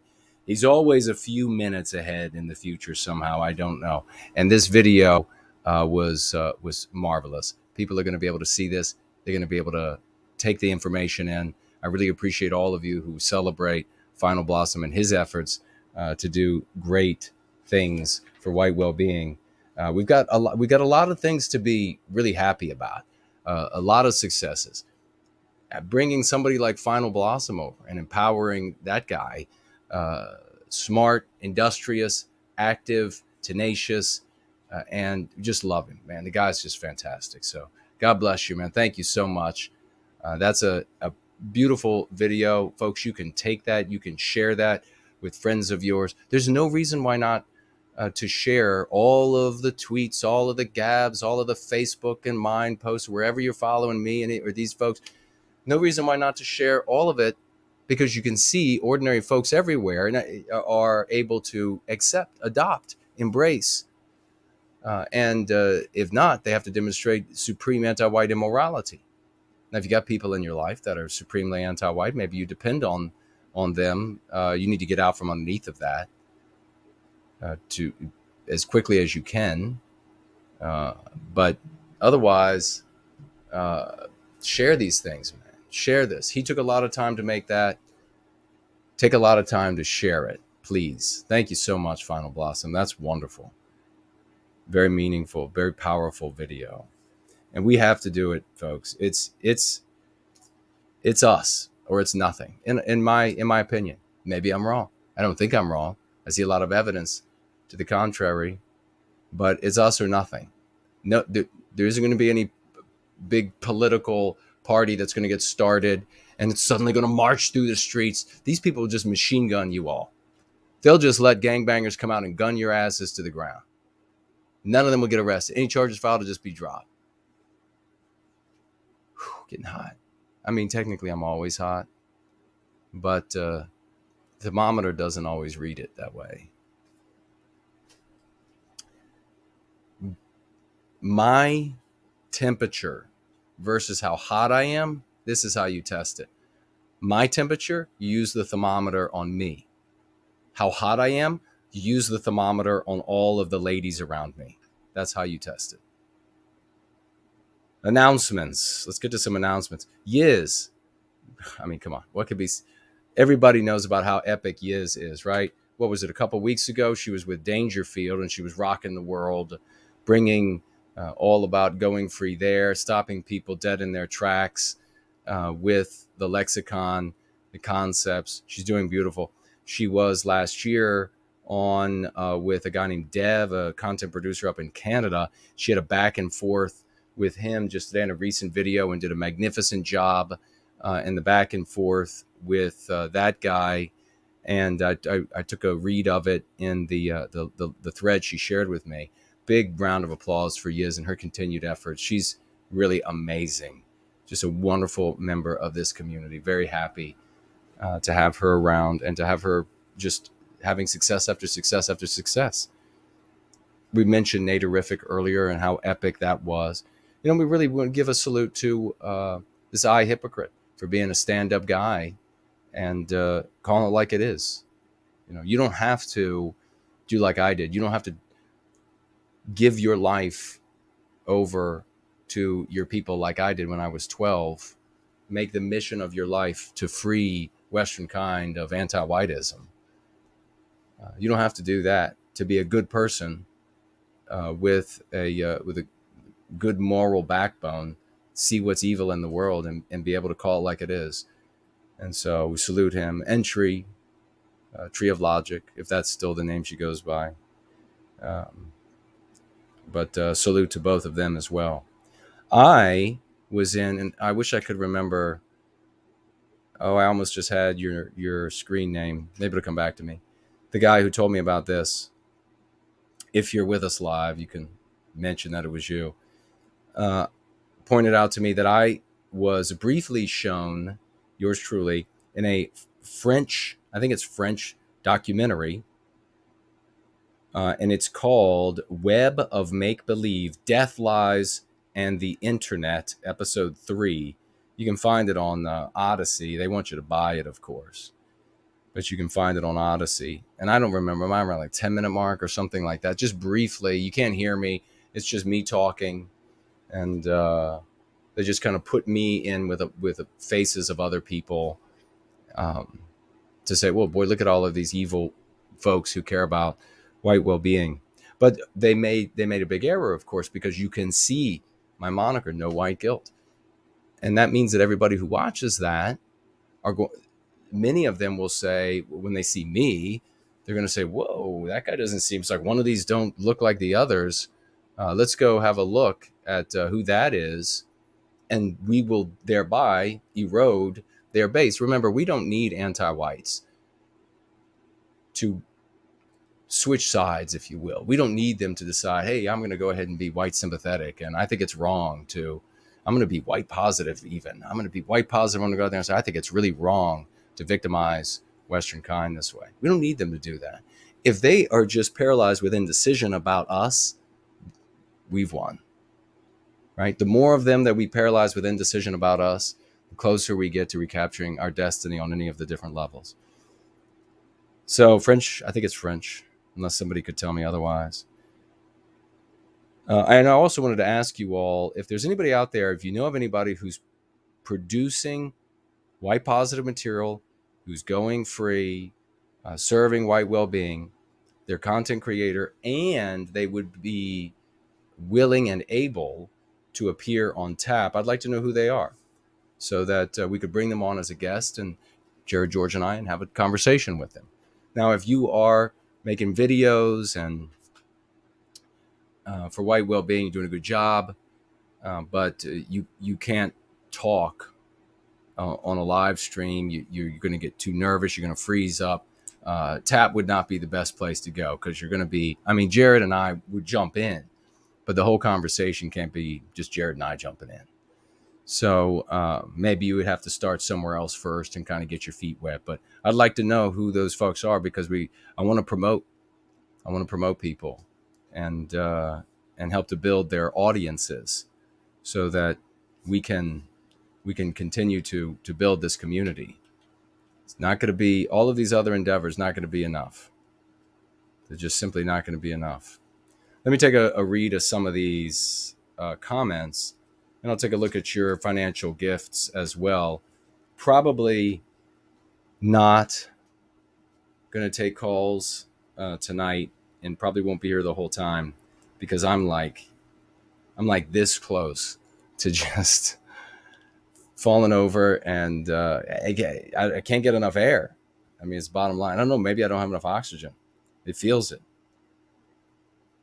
Lovely Porridge, the great champion, writes here, that story about the slowest high-speed chase, hysterical. Jason coming after you in slow motion on wet ice makes it all the more terrifying. You can't run. You can only do the Charlie Chaplin walk. And this 12-hour stream proves he has high endurance. Maybe it's no coincidence that the Friday the 13th character was named Jason, and his victims were always falling over while they were attempting to flee. Yeah, if you missed that story, if you didn't show up for the 12-hour show, then you missed a number of fun stories, including me deciding that there was a guy that I was, next time I saw him, I was just going to beat him to pieces. And so every time I saw him, I attempted to do that, including when there was a whole parking lot of ice. And so the slowest high-speed chase in history. Brent Danger says here, Jason, you've got great stamina. And then he says in parentheses, that's what she said. Yeah, actually. That is exactly what she said. That's funny. Thanks, brother. So that's from the 12-hour stream.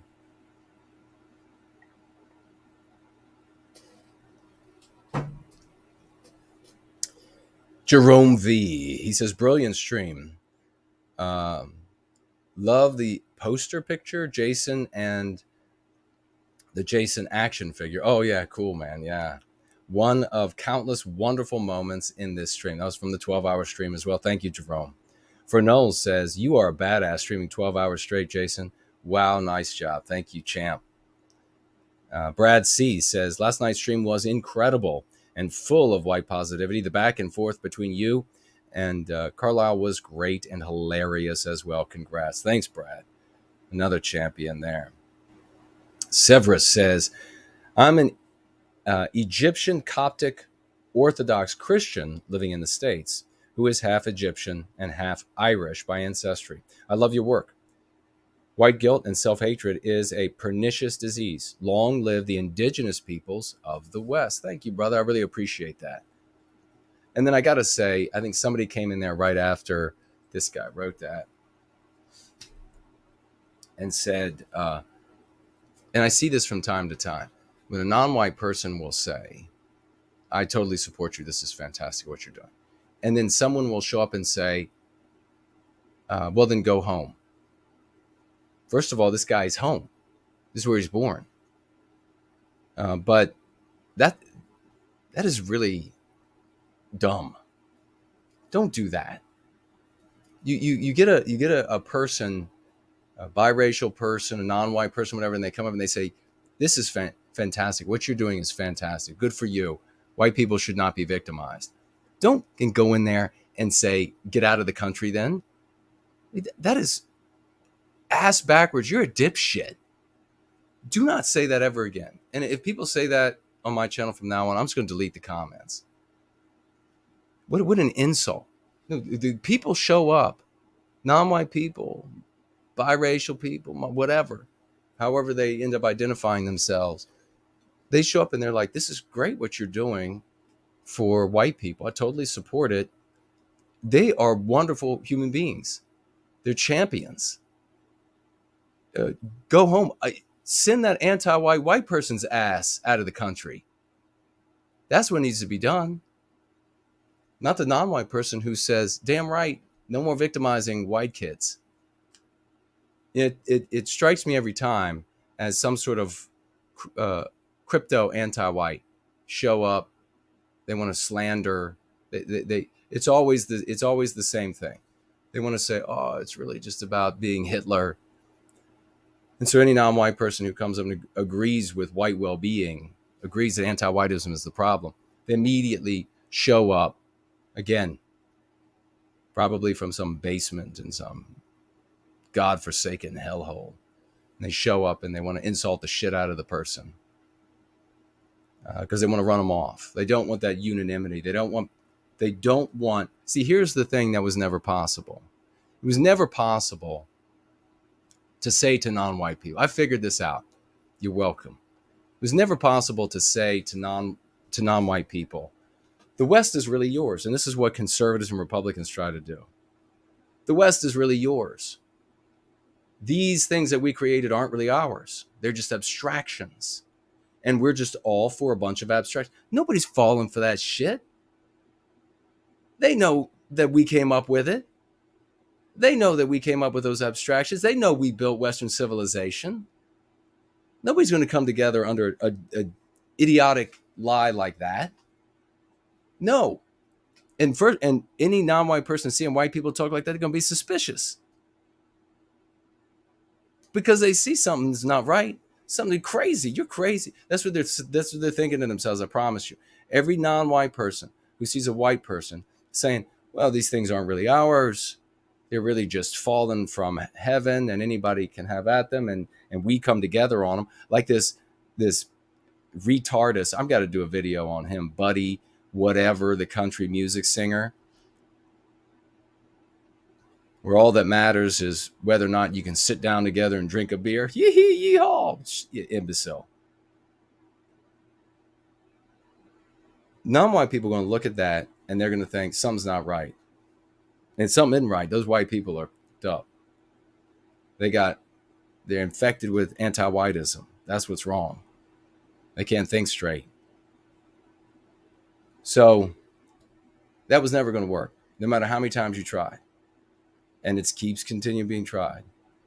But what can work is an honest white person who is honorable, stepping up and saying, the attack is on my people. I'm going to stand up for my people. By the way, non-white people, everything you care about is being destroyed because of this attack on me, and my people, and my creations. What we've done.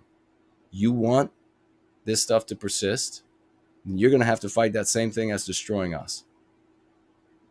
There's nothing to raise an eyebrow about with that.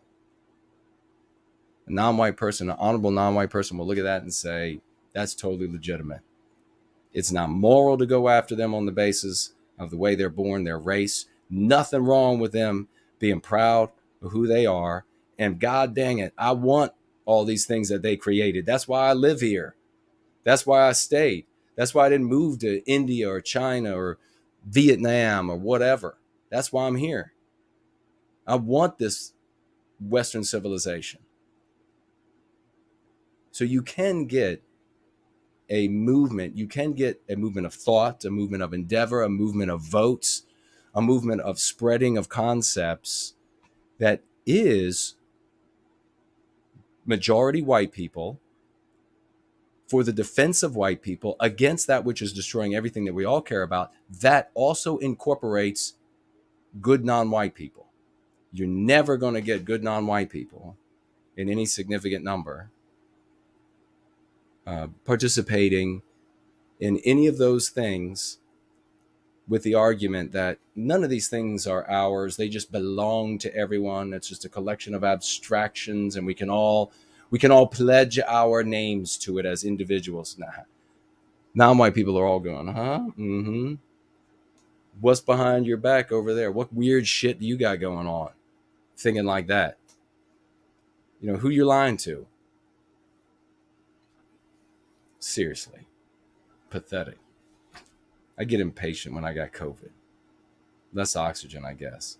Reptile says here, Jason is the only one giving an honest transpondence fully aligned with the testimony given. Deliberately restricting, inhibiting, or preventing another's freedom of movement is abduction and kidnapping.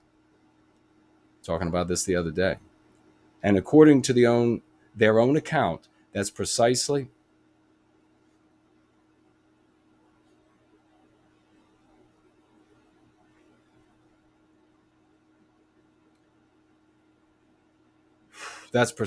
what transpired.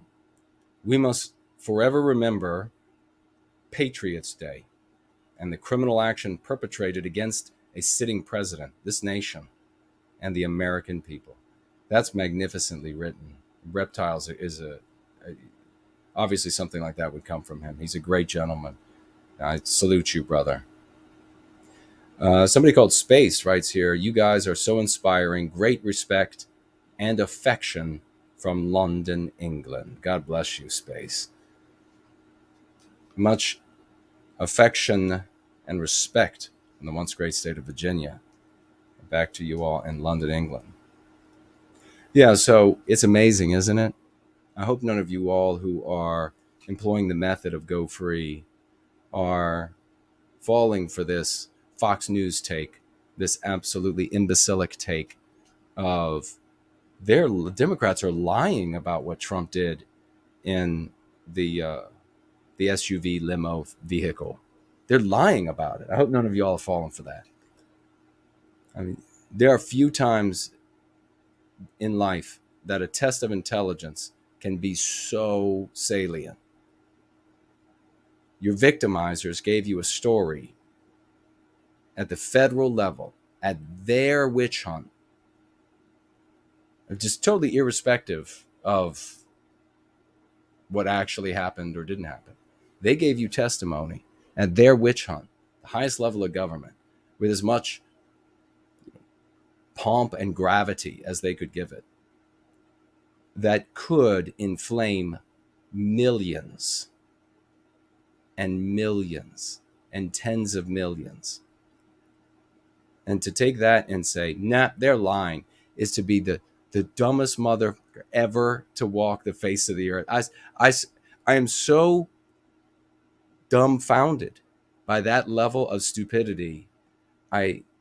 It's just almost endlessly comical to me thinking about it. I mean, it's like I'm kind of torn between just being intensely angry and laughing my ass off at how dumb that is. But make no mistake, the people at Fox News, they hate you. They hate you if you're white. They know very well that when they tell you that the Democrats are lying about that, it never happened, and isn't this such a joke? They're so silly. They know very well that they are divesting you of one of the most powerful tools that could have ever been given you by the Democrats, by anti-whites. They're taking it right out of your hands. They gave you something that could put tens of millions in the streets because they're too dumb to see what they were doing. Too dumb to see what they were doing. Good grief. All right. Let me take a look at what you all financially gifted. Spartan Superior is here. He says, anti-whites, true, anti-whites don't care about data or facts. And he says there is also a lot of anti-white fact checkers. Yes, indeed. All right, let's check over here on Odyssey. Hello to the folks who are there.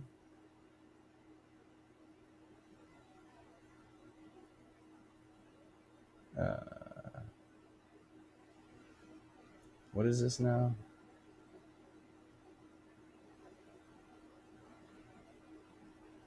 Alt Media uploaded it on. Are you the one that told me about it? 25 with a $25 or not dollar token, library token gift. Thank you so much for that. And that is you uploaded it. You grabbed it from there and then you uploaded it, is what you're saying. So thank you very much for the library tokens. $25 or 20 library tokens. I apologize. And for uploading it, Alt Media 96. So if you go ahead on over to Odyssey, you'll see it in the actual live chat. You can grab it and watch it there. What language is that in? Is that French? Let's see.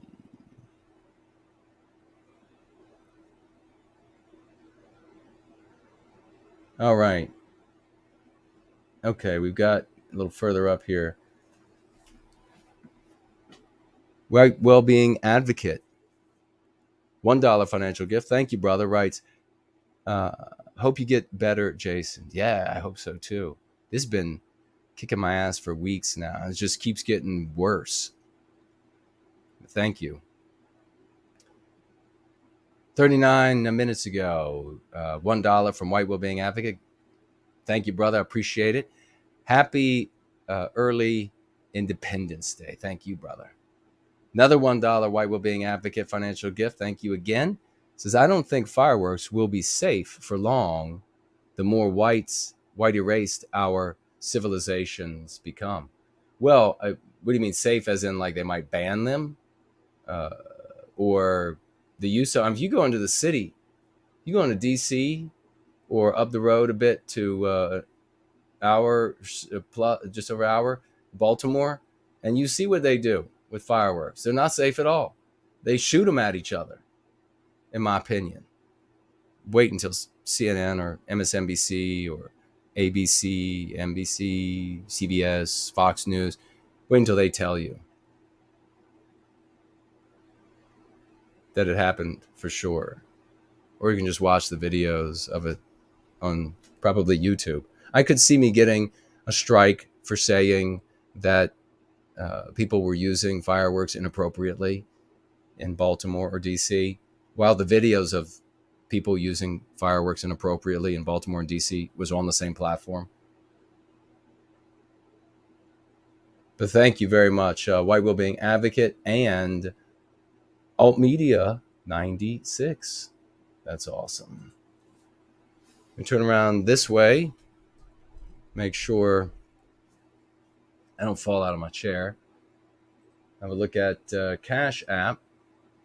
And then we'll look over at Entropy.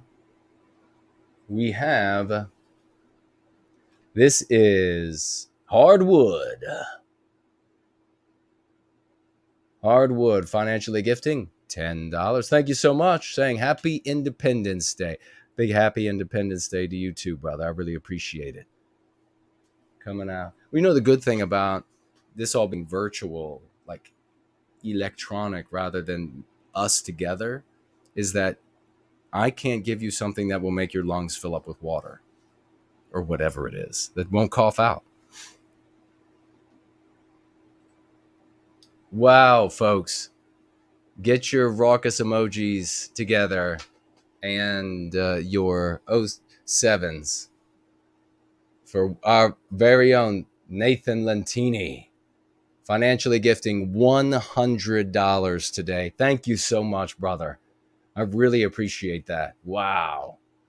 That is magnificent. $100 on Independence Day weekend. He says, not because we're rich, because white well-being is paramount. Man, that guy's a champ. $100 financial gift, not because we're rich, because white well-being is paramount. So he's fitting it in there with as few characters as possible. Not because we're rich, but because white well-being is paramount. Awesome, man. $100 financial gift today. Well, we have Caleb here. Thank you, brother.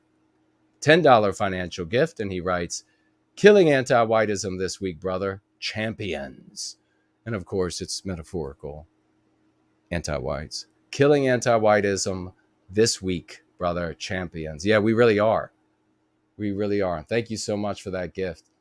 And they can't stand up against the concepts because they're demons.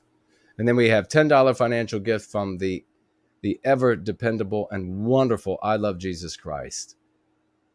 Bless you, sweet lady. $10 from I Love Jesus Christ.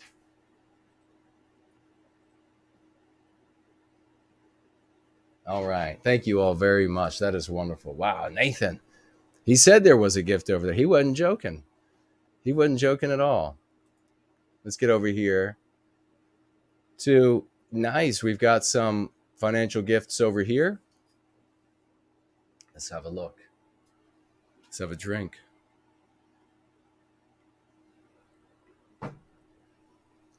Before I fall over. We have the great Rory Herbert in here, a $3 financial gift. Thank you, brother. He says, I have just raised the stars and stripes on my flagpole here in England. Well, thank you. Wow.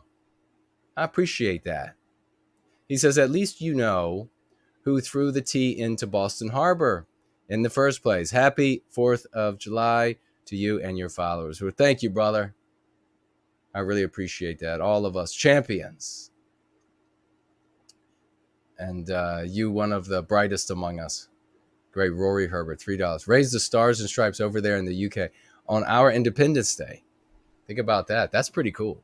That's pretty cool. Well done, man. Thank you. Promethean Promulgation in here, $10 financial gift. And writes with that $10. Good to see you, brother, and thank you so much for that. There is now a sizable demographic of feminists open to talking about anti-whiteism. That never would have happened without us. Wow.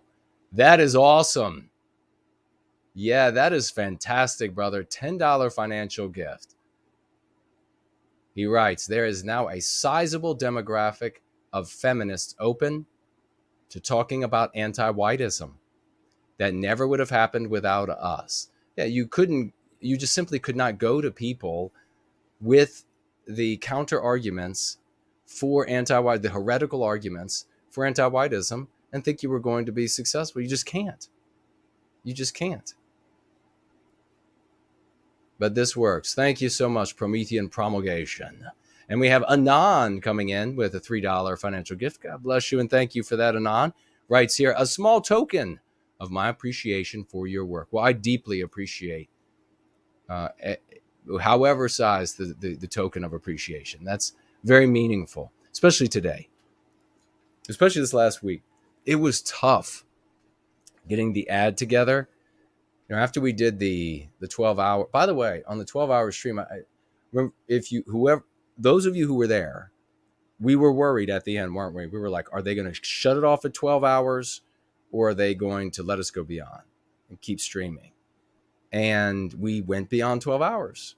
And so I thought, wow, maybe things are different. And then we just sort of wrapped it up naturally. Well, they shut that shit off. I didn't end it where it's ended on YouTube. You all know that's where they said, okay, no more. So it was actually right before 12 hours. Unless something has changed. Is it still the same? It's actually before 12 hours. But who knows? That's what they did. We didn't share any secret bit of information at that point. But anyhow, after that, I really wanted to get the advertisement made and up and running on Gab because we were raising money for that. And I was struggling. That stuff's trying to finish Jason off this time. No joke. But We'll see.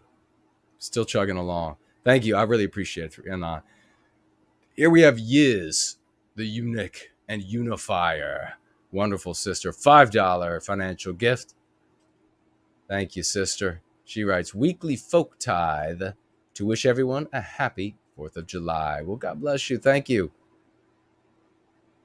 She's fantastic, isn't she? This like retort she gave to this guy, they like went back and forth, and it's just beautiful. It's like Naderific's comment. You never know. You never know where it's going to end up going. You never know who's going to end up seeing it. Maybe it's Hypocrite, stand-up guy, 100,000 subs, whatever it is, right? Maybe, I don't know, is Elon Musk, right? Who knows? Who knows? This is how we can win, for Christ's sake. This is how good people are able to come together and fight back the evil of our age.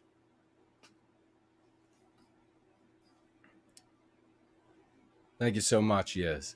Then we have the great tall Kevin 87. Get out your 07s and your raucous emojis for this guy. $30 financial gift. Thank you, brother. He says, keep up the great work, Jason. Have any funny or dangerous 4th of July stories? Oh. Funny or dangerous 4th of July stories? Well, of course. Let me think. What could I tell? What could I tell? I was contemplating the kinds of stories I could tell you all at some point. The lucky ones who stay long enough. Maybe there's a story somewhere about Jason in a automobile chase fleeing from pimps. Who knows? Maybe there's a story there that'll be told someday. I don't know. Maybe they're all kind of crazy stuff. Specifically a 4th of July story that is funny or dangerous. Let me think. Because I've done this sort of, I mean, I've obviously done the things like I've shot as a boy. You know, we made fireworks into dangerous things, bigger fireworks. We've shot, bottle rockets in odd ways and odd directions, and we've physically run through and rode our bicycles through and skateboards over fireworks going off.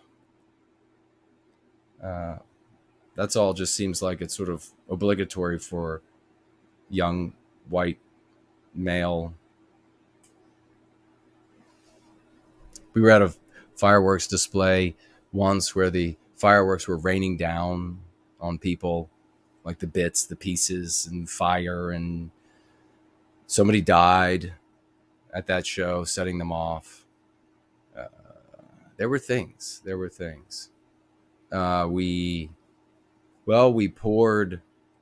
We soaked a tennis ball in gasoline, and we set that on fire.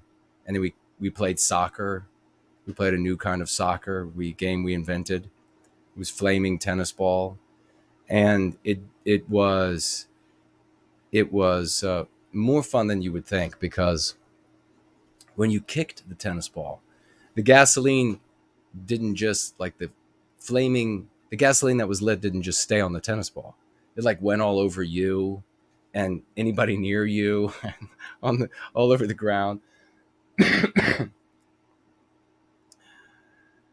And a woman pulled up, and she was like, God, screaming her head off, and she rolled her window down, and so scattered, and so the one boy was just like, he walks up, and I looked over, it's like, oh my God. Not so much that he actually bothered to stop and talk to her, but this dizzy woman stopping to yell at us. I mean, yeah, we shouldn't have been doing it. I mean, it was dangerous. I mean, we're like running around and laughing with the clothes on fire. But the tennis ball that was on fire had like ricocheted a couple times and had rolled like it was meant to happen in a movie underneath her car. And it was on fire underneath of her car. Fortunately, nothing happened. But at least that I'm willing to share. No, nothing happened. Nothing happened. She drove away.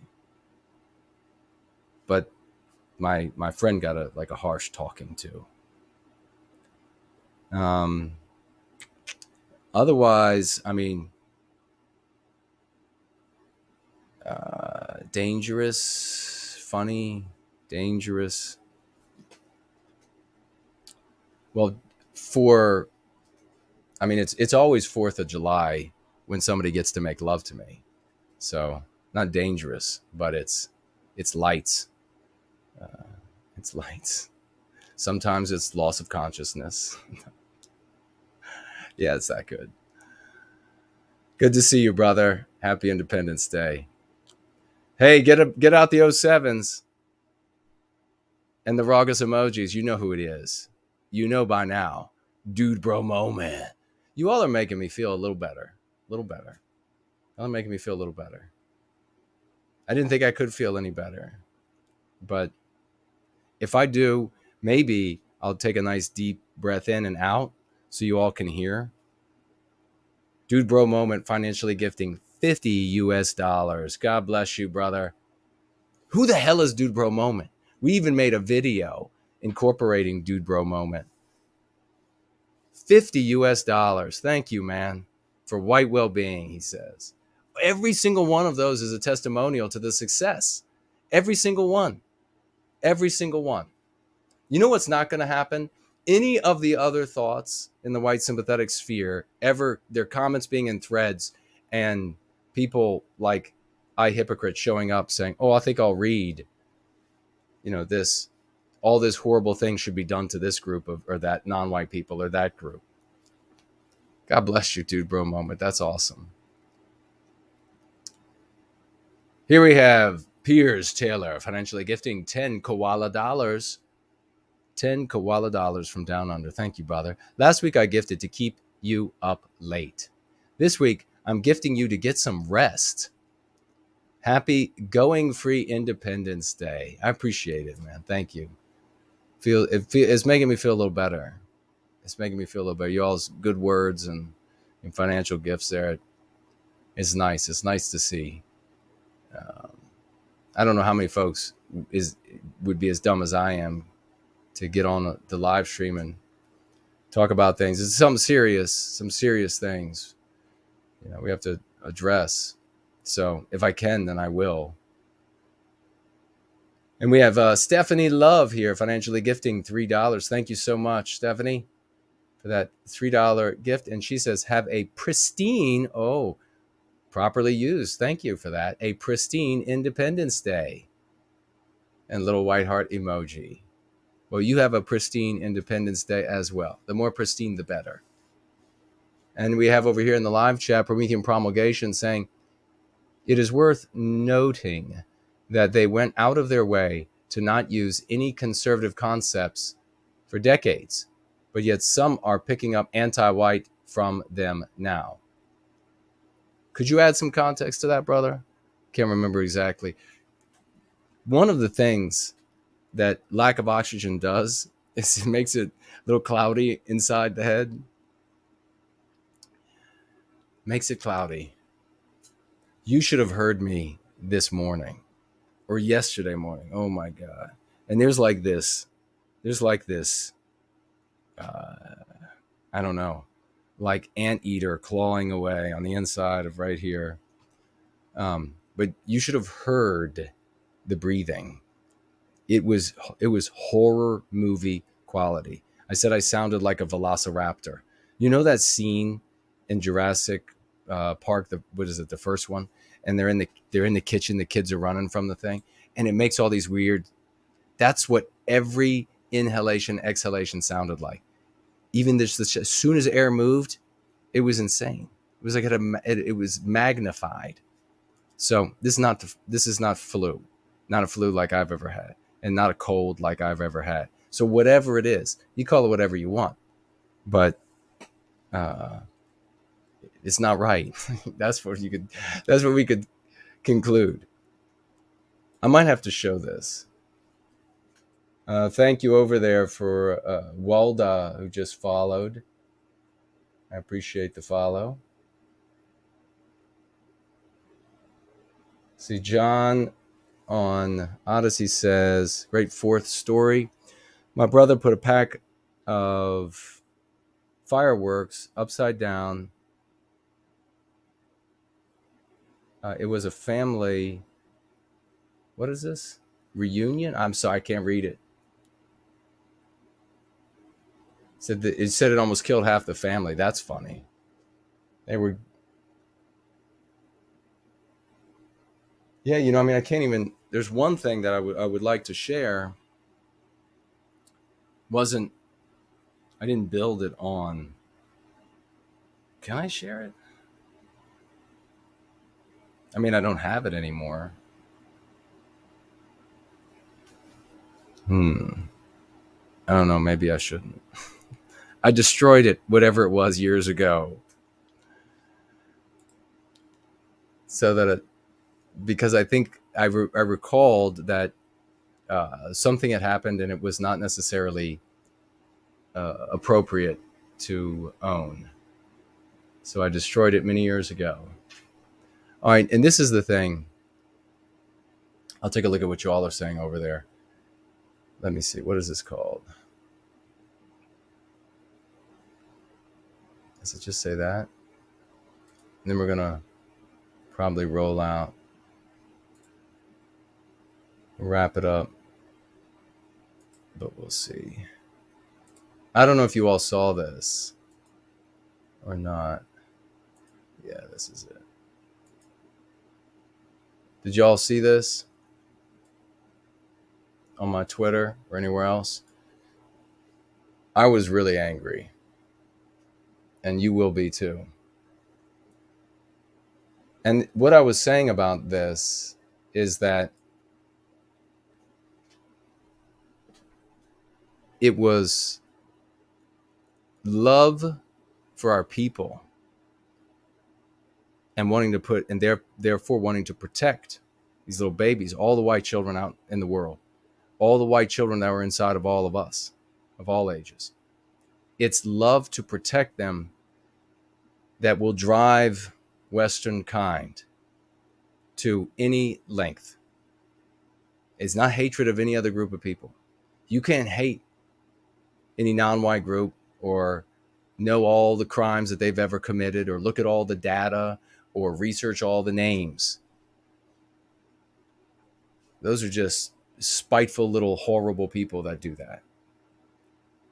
But to prevent this from happening to this little girl as a representative of all white children, there's nothing that you won't be able to do. Nothing. And if that doesn't hold true for you, then something's not right with you. Something's broken. Listen to this. And what did you...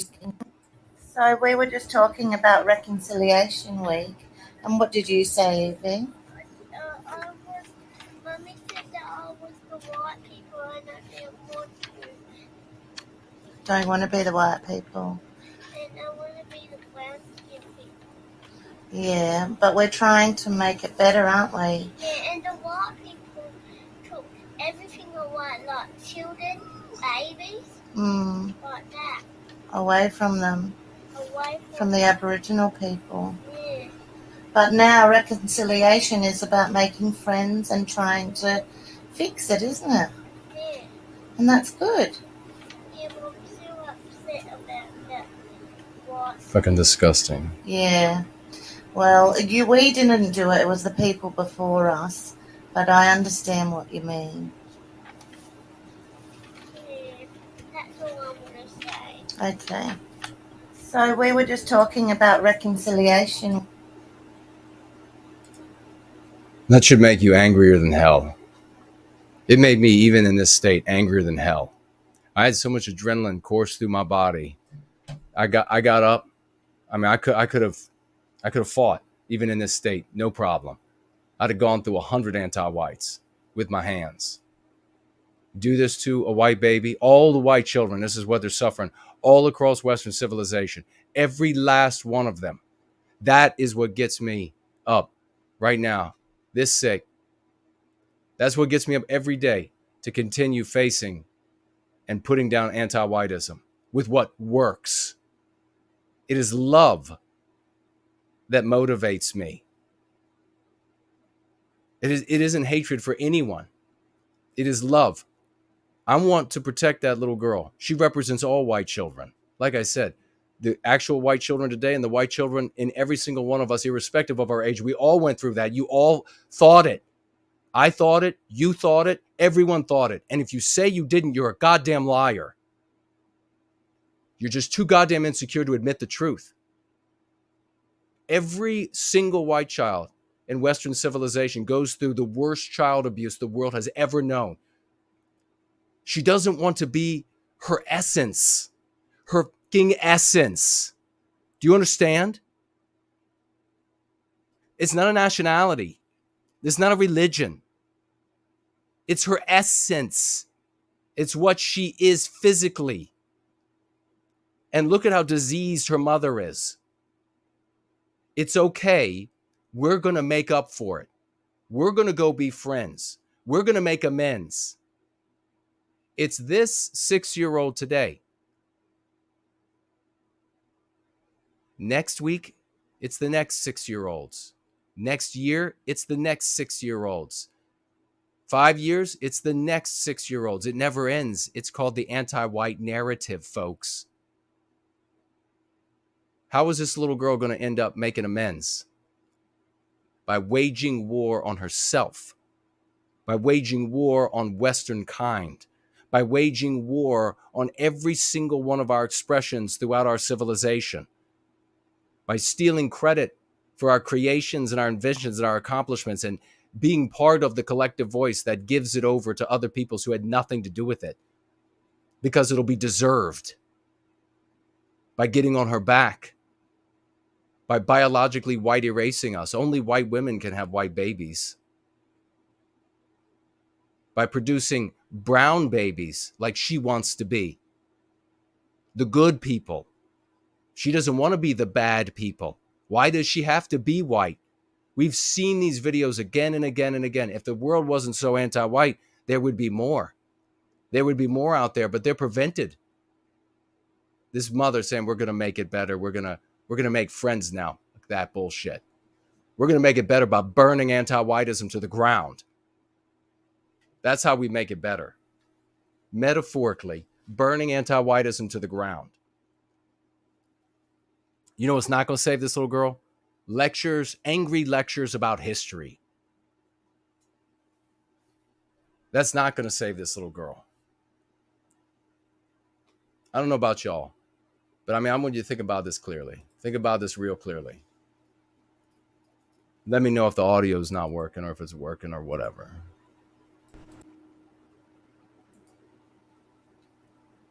How far could you go to prevent a loved one from suffering? What wouldn't you be able to do? What wouldn't you be able to go through? That's because of love. That's not because of hate. That's not because of knowing all the names of people that did or supposedly did the white race wrong. You'll get in front of that little girl with bullets flying because you love her, not because you hate the people shooting. This is going to live with me. Just like that one we saw with the little girl in the train in the UK. Mommy, why do I have to be white? Why do I have to always be white? Screaming, no, no, no, I don't want to have to be white. We all went through that to various degrees. The majority of us weren't videotaped by our parents. The majority of us can't remember saying it. Some of us never actually articulated it to our parents. We just internalized it. Became part of our character, became part of who we are, our identity. hating the essence that composes us. You think you're going to get better from that? You think you just say, oh, I'm fine now. Fuck if you're fine. Sexual molestation pales to learning that the essence that composes you is evil. And you know damn well and good that if this were if this had happened to non-white people, that you would know at every level how much worse it is, how nothing in the universe could compare to how demonic of child abuse it is to learn that your very existence is evil, and to go to war with it from that point, from that age forward. That's what the anti-whites are doing to us.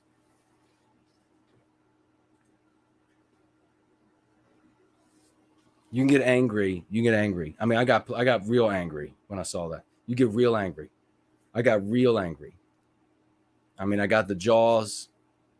I found my fists at the end of my arms rather than my hands. I got real angry. And then I decided I was going to make a difference. Then I decided I was going to punish the anti-whites by using the tools that work. The practice of Go Free. You can walk through your house. You can cuss your head off.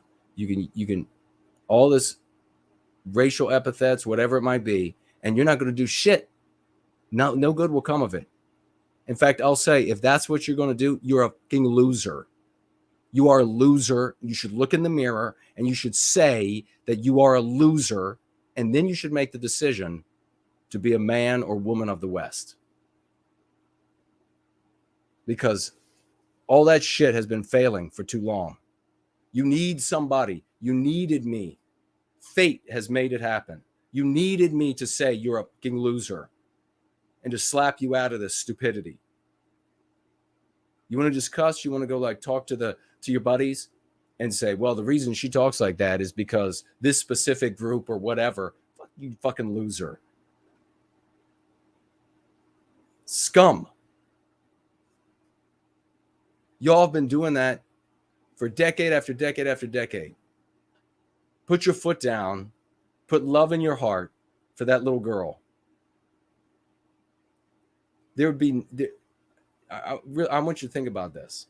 Everybody out here who hears my voice, or you want to share it elsewhere. Every story that you've heard about all the horror, all the ugly things that other groups could do, all this focus elsewhere, as mad as that might make you, how much angrier do you get knowing this little girl's been victimized? And if you're not angrier knowing that she's been victimized, you need therapy. That's okay. Maybe you can get better. But you need to be a hell of a lot angrier. I mean, I might be able to, you could tell me a bunch of horrible stuff. I mean, I think back in time, like everybody else, starting in the same place. Tell me a bunch of horrible things that some other group, this group or that group did, and that get me angry. Might be able to get into a fist fight over that. The harm done to this little girl and the harm done to her mother, and the mother perpetuating it by inflicting it on her daughter. We're going to make it better. We'll make friends now. We're going to make up for what those other white people did. That anger, there ain't no number of fist fights.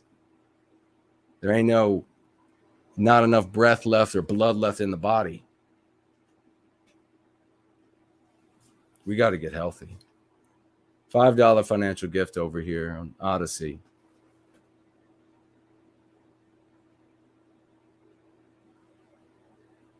John says over here, $5 financial gift. Thank you, brother.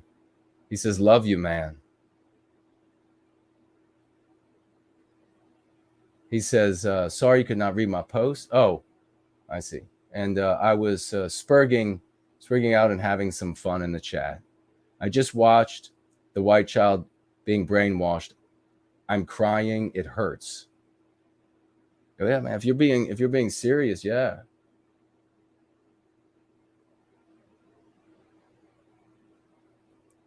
Absolutely, it hurts.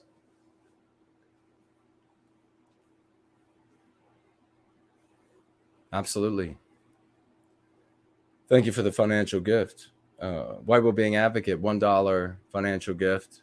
Thank you, brother. He writes, when you web search 4th of July on Google, info on the holiday comes up. When you web search Independence Day on Google, the movie about aliens comes up. Holy shit.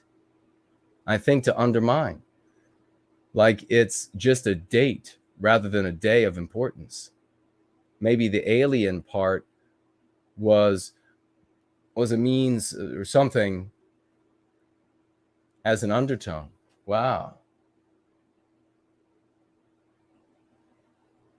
It's kind of like Christmas being about Santa Claus rather than Jesus.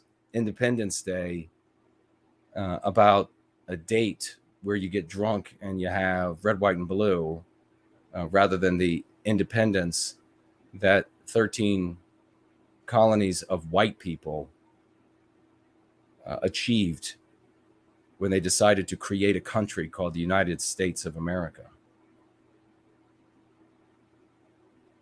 Psychological warfare is nasty, folks. It's really nasty.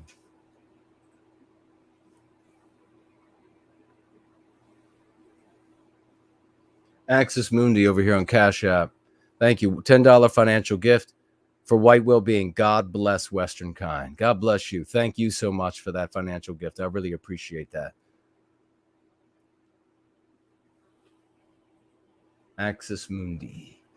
All right, let me see what you all are saying real quick in the live chat. Oh, boy.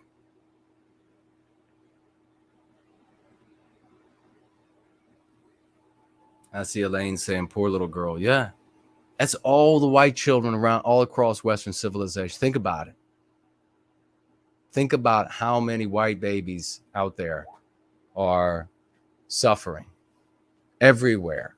And then I want you to think about all of these anti-whites, like ones I've read here, of various races, saying, talking about how white people want to put an end or a curb to CRT. Remember, you just call it anti-whiteism what it is, so they don't change the name on you, right? And then they mock us for wanting to put an end to CRT or a curb on CRT. Those white people, they just don't want to know the truth. It hurts their feelings a little bit. Look at this little girl. She's ruined.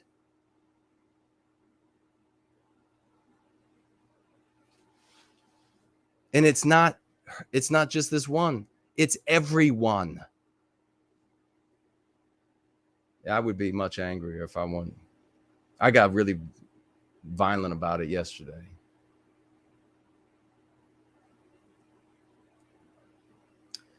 Jack says an example of a great white positive non-white is a man named Neil Kumar who ran for Congress in Arkansas on a white positive platform. Yeah, I heard of him. He'd be a great guest for the channel. Yeah, but think about it. Absolutely. And I guess he would come on if he's willing to say white positive things. I don't know much about him, though. Thank you for mentioning him. All right. Thank you all for the celebrating.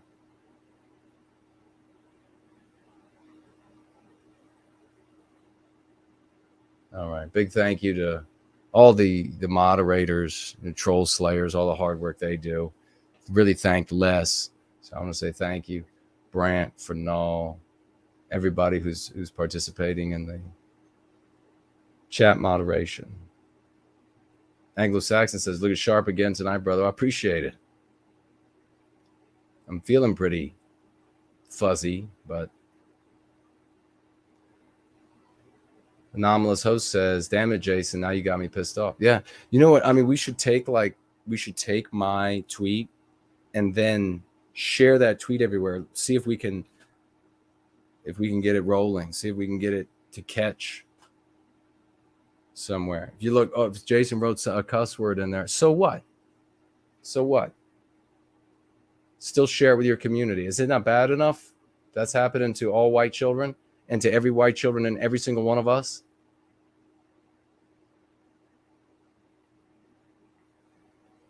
Ultra testosterone. They make up lies about you. I don't get why people don't understand your methods work the best. I think that's, let me rephrase. I think that's the issue. They know what we're doing works. So there are cryptos in their midst who have earned reputations as genuine antag this or that. And so they want to dissuade people. They want everybody, I mean, think about it. They want everybody looking like a monster from their story. And then the other ones are, there are some good people there, but a lot of them are not good people. Because if they were good people, they would have criticisms of me that would improve my work for our people. Like I have criticisms for them that, in my opinion, if they adopted or they made changes based on my criticisms, they would be better. Like stop marching in city streets, because it doesn't do you or our people any good.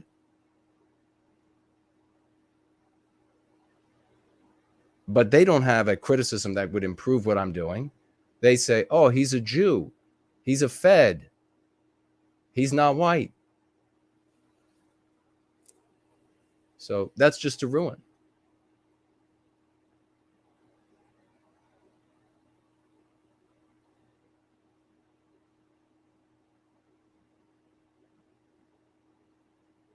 Mr. Bloom says he just donated. Okay, I'll take a look, brother. And great to see you. Haven't seen you in a while, man. You're a good guy. Testosterone says markets have gone up due to zero interest rates and quantitative easing. The total productivity isn't improving due to lack of tech progress.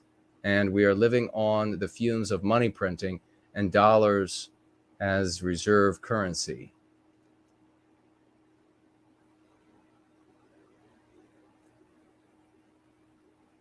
Yeah, economy is not good. Don't have the time to get into that right now, or really the energy. Let me see. Hey, folks, get out your raucous emojis, please, again.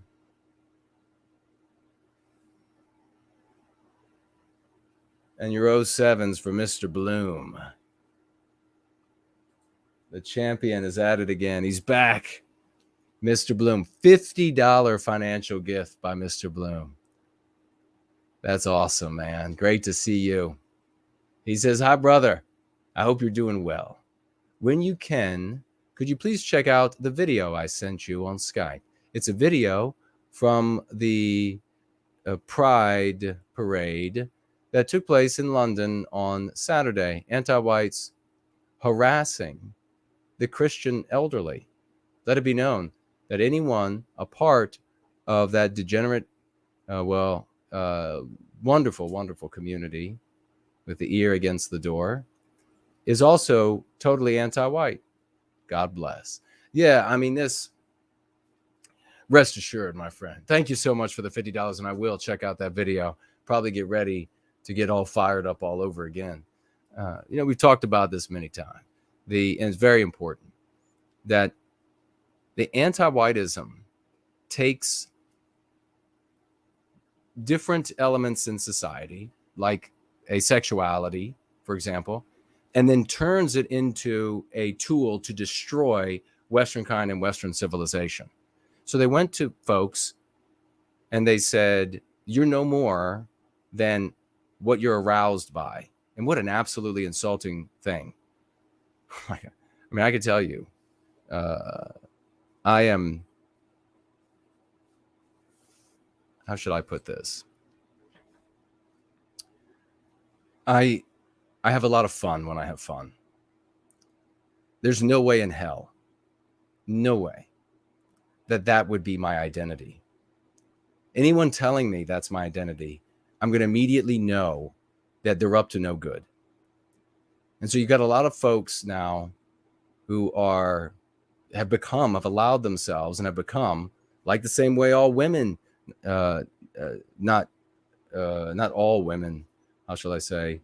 I was going to say all women were exposed to the lies that turned many women into tools against Western civilization.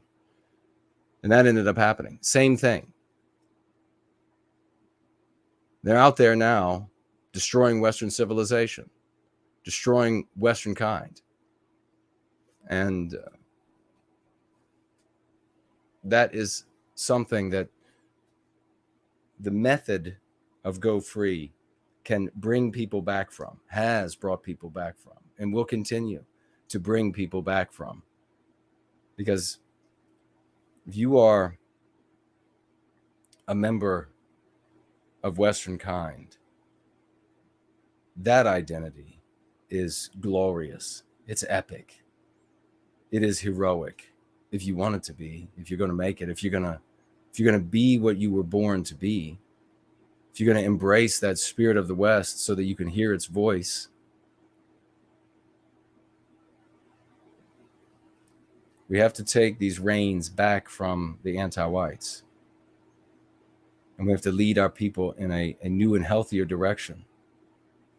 Or if we don't, more little girls, little boys are going to end up like this for their whole lives. And she's going to grow up, be a mother, probably to non-white children. Or if she has white children, she'll be doing like her mother's saying, we got to make amends. Get a tattoo on your face like I did that says, I'm eternally sorry for being white and for the existence of white people. Thank you, Mr. Bloom. $50. You're awesome. Man, it's been a long time since I've seen you. John over here, $1 financial gift over on Odyssey. Thank you, brother. I appreciate it. Says, yep, when they tell you your identity, they are the enemy. Yeah. Yeah. Good. That's exactly well said. It's exactly right. When they show up, this is what you're going to be. This is what you are. This is what you are. And then you're going to do what we want you to do. All right, folks. God bless you, Mr. Bloom. I appreciate it. I'll take a look at that. I know it's going to infuriate the hell out of me. These people, it's so disgusting. Remember, folks, always stay focused on the love for our people and preventing anti-whiteism from victimizing our people. When you do that, there's a strange sort of energy created by it. You'll feel it inside of you, like I felt it yesterday. It's kind of like the spirit of the West shows up because you're doing the right thing. You're doing the noble, the heroic thing. In circuitry, when everything lines up, the current flow is nice. So when you focus in the right direction, with the right energy, the right mentality, power can come through you that you never thought you were capable of. Ideas, creativity that you never thought you were capable of. And another thing, that is what speaks beyond words to our brothers and sisters. They can hear and they can see and they can feel that you are in line, that you are focused and deliberate and pure of heart. And it touches one after the other, and it kills this individuality that's been ruining our people. It makes us one. It makes us whole. And when we get to that place, that is when a God shows up to push you over the edge for that final victory. And with that, I love you all. Let's go free.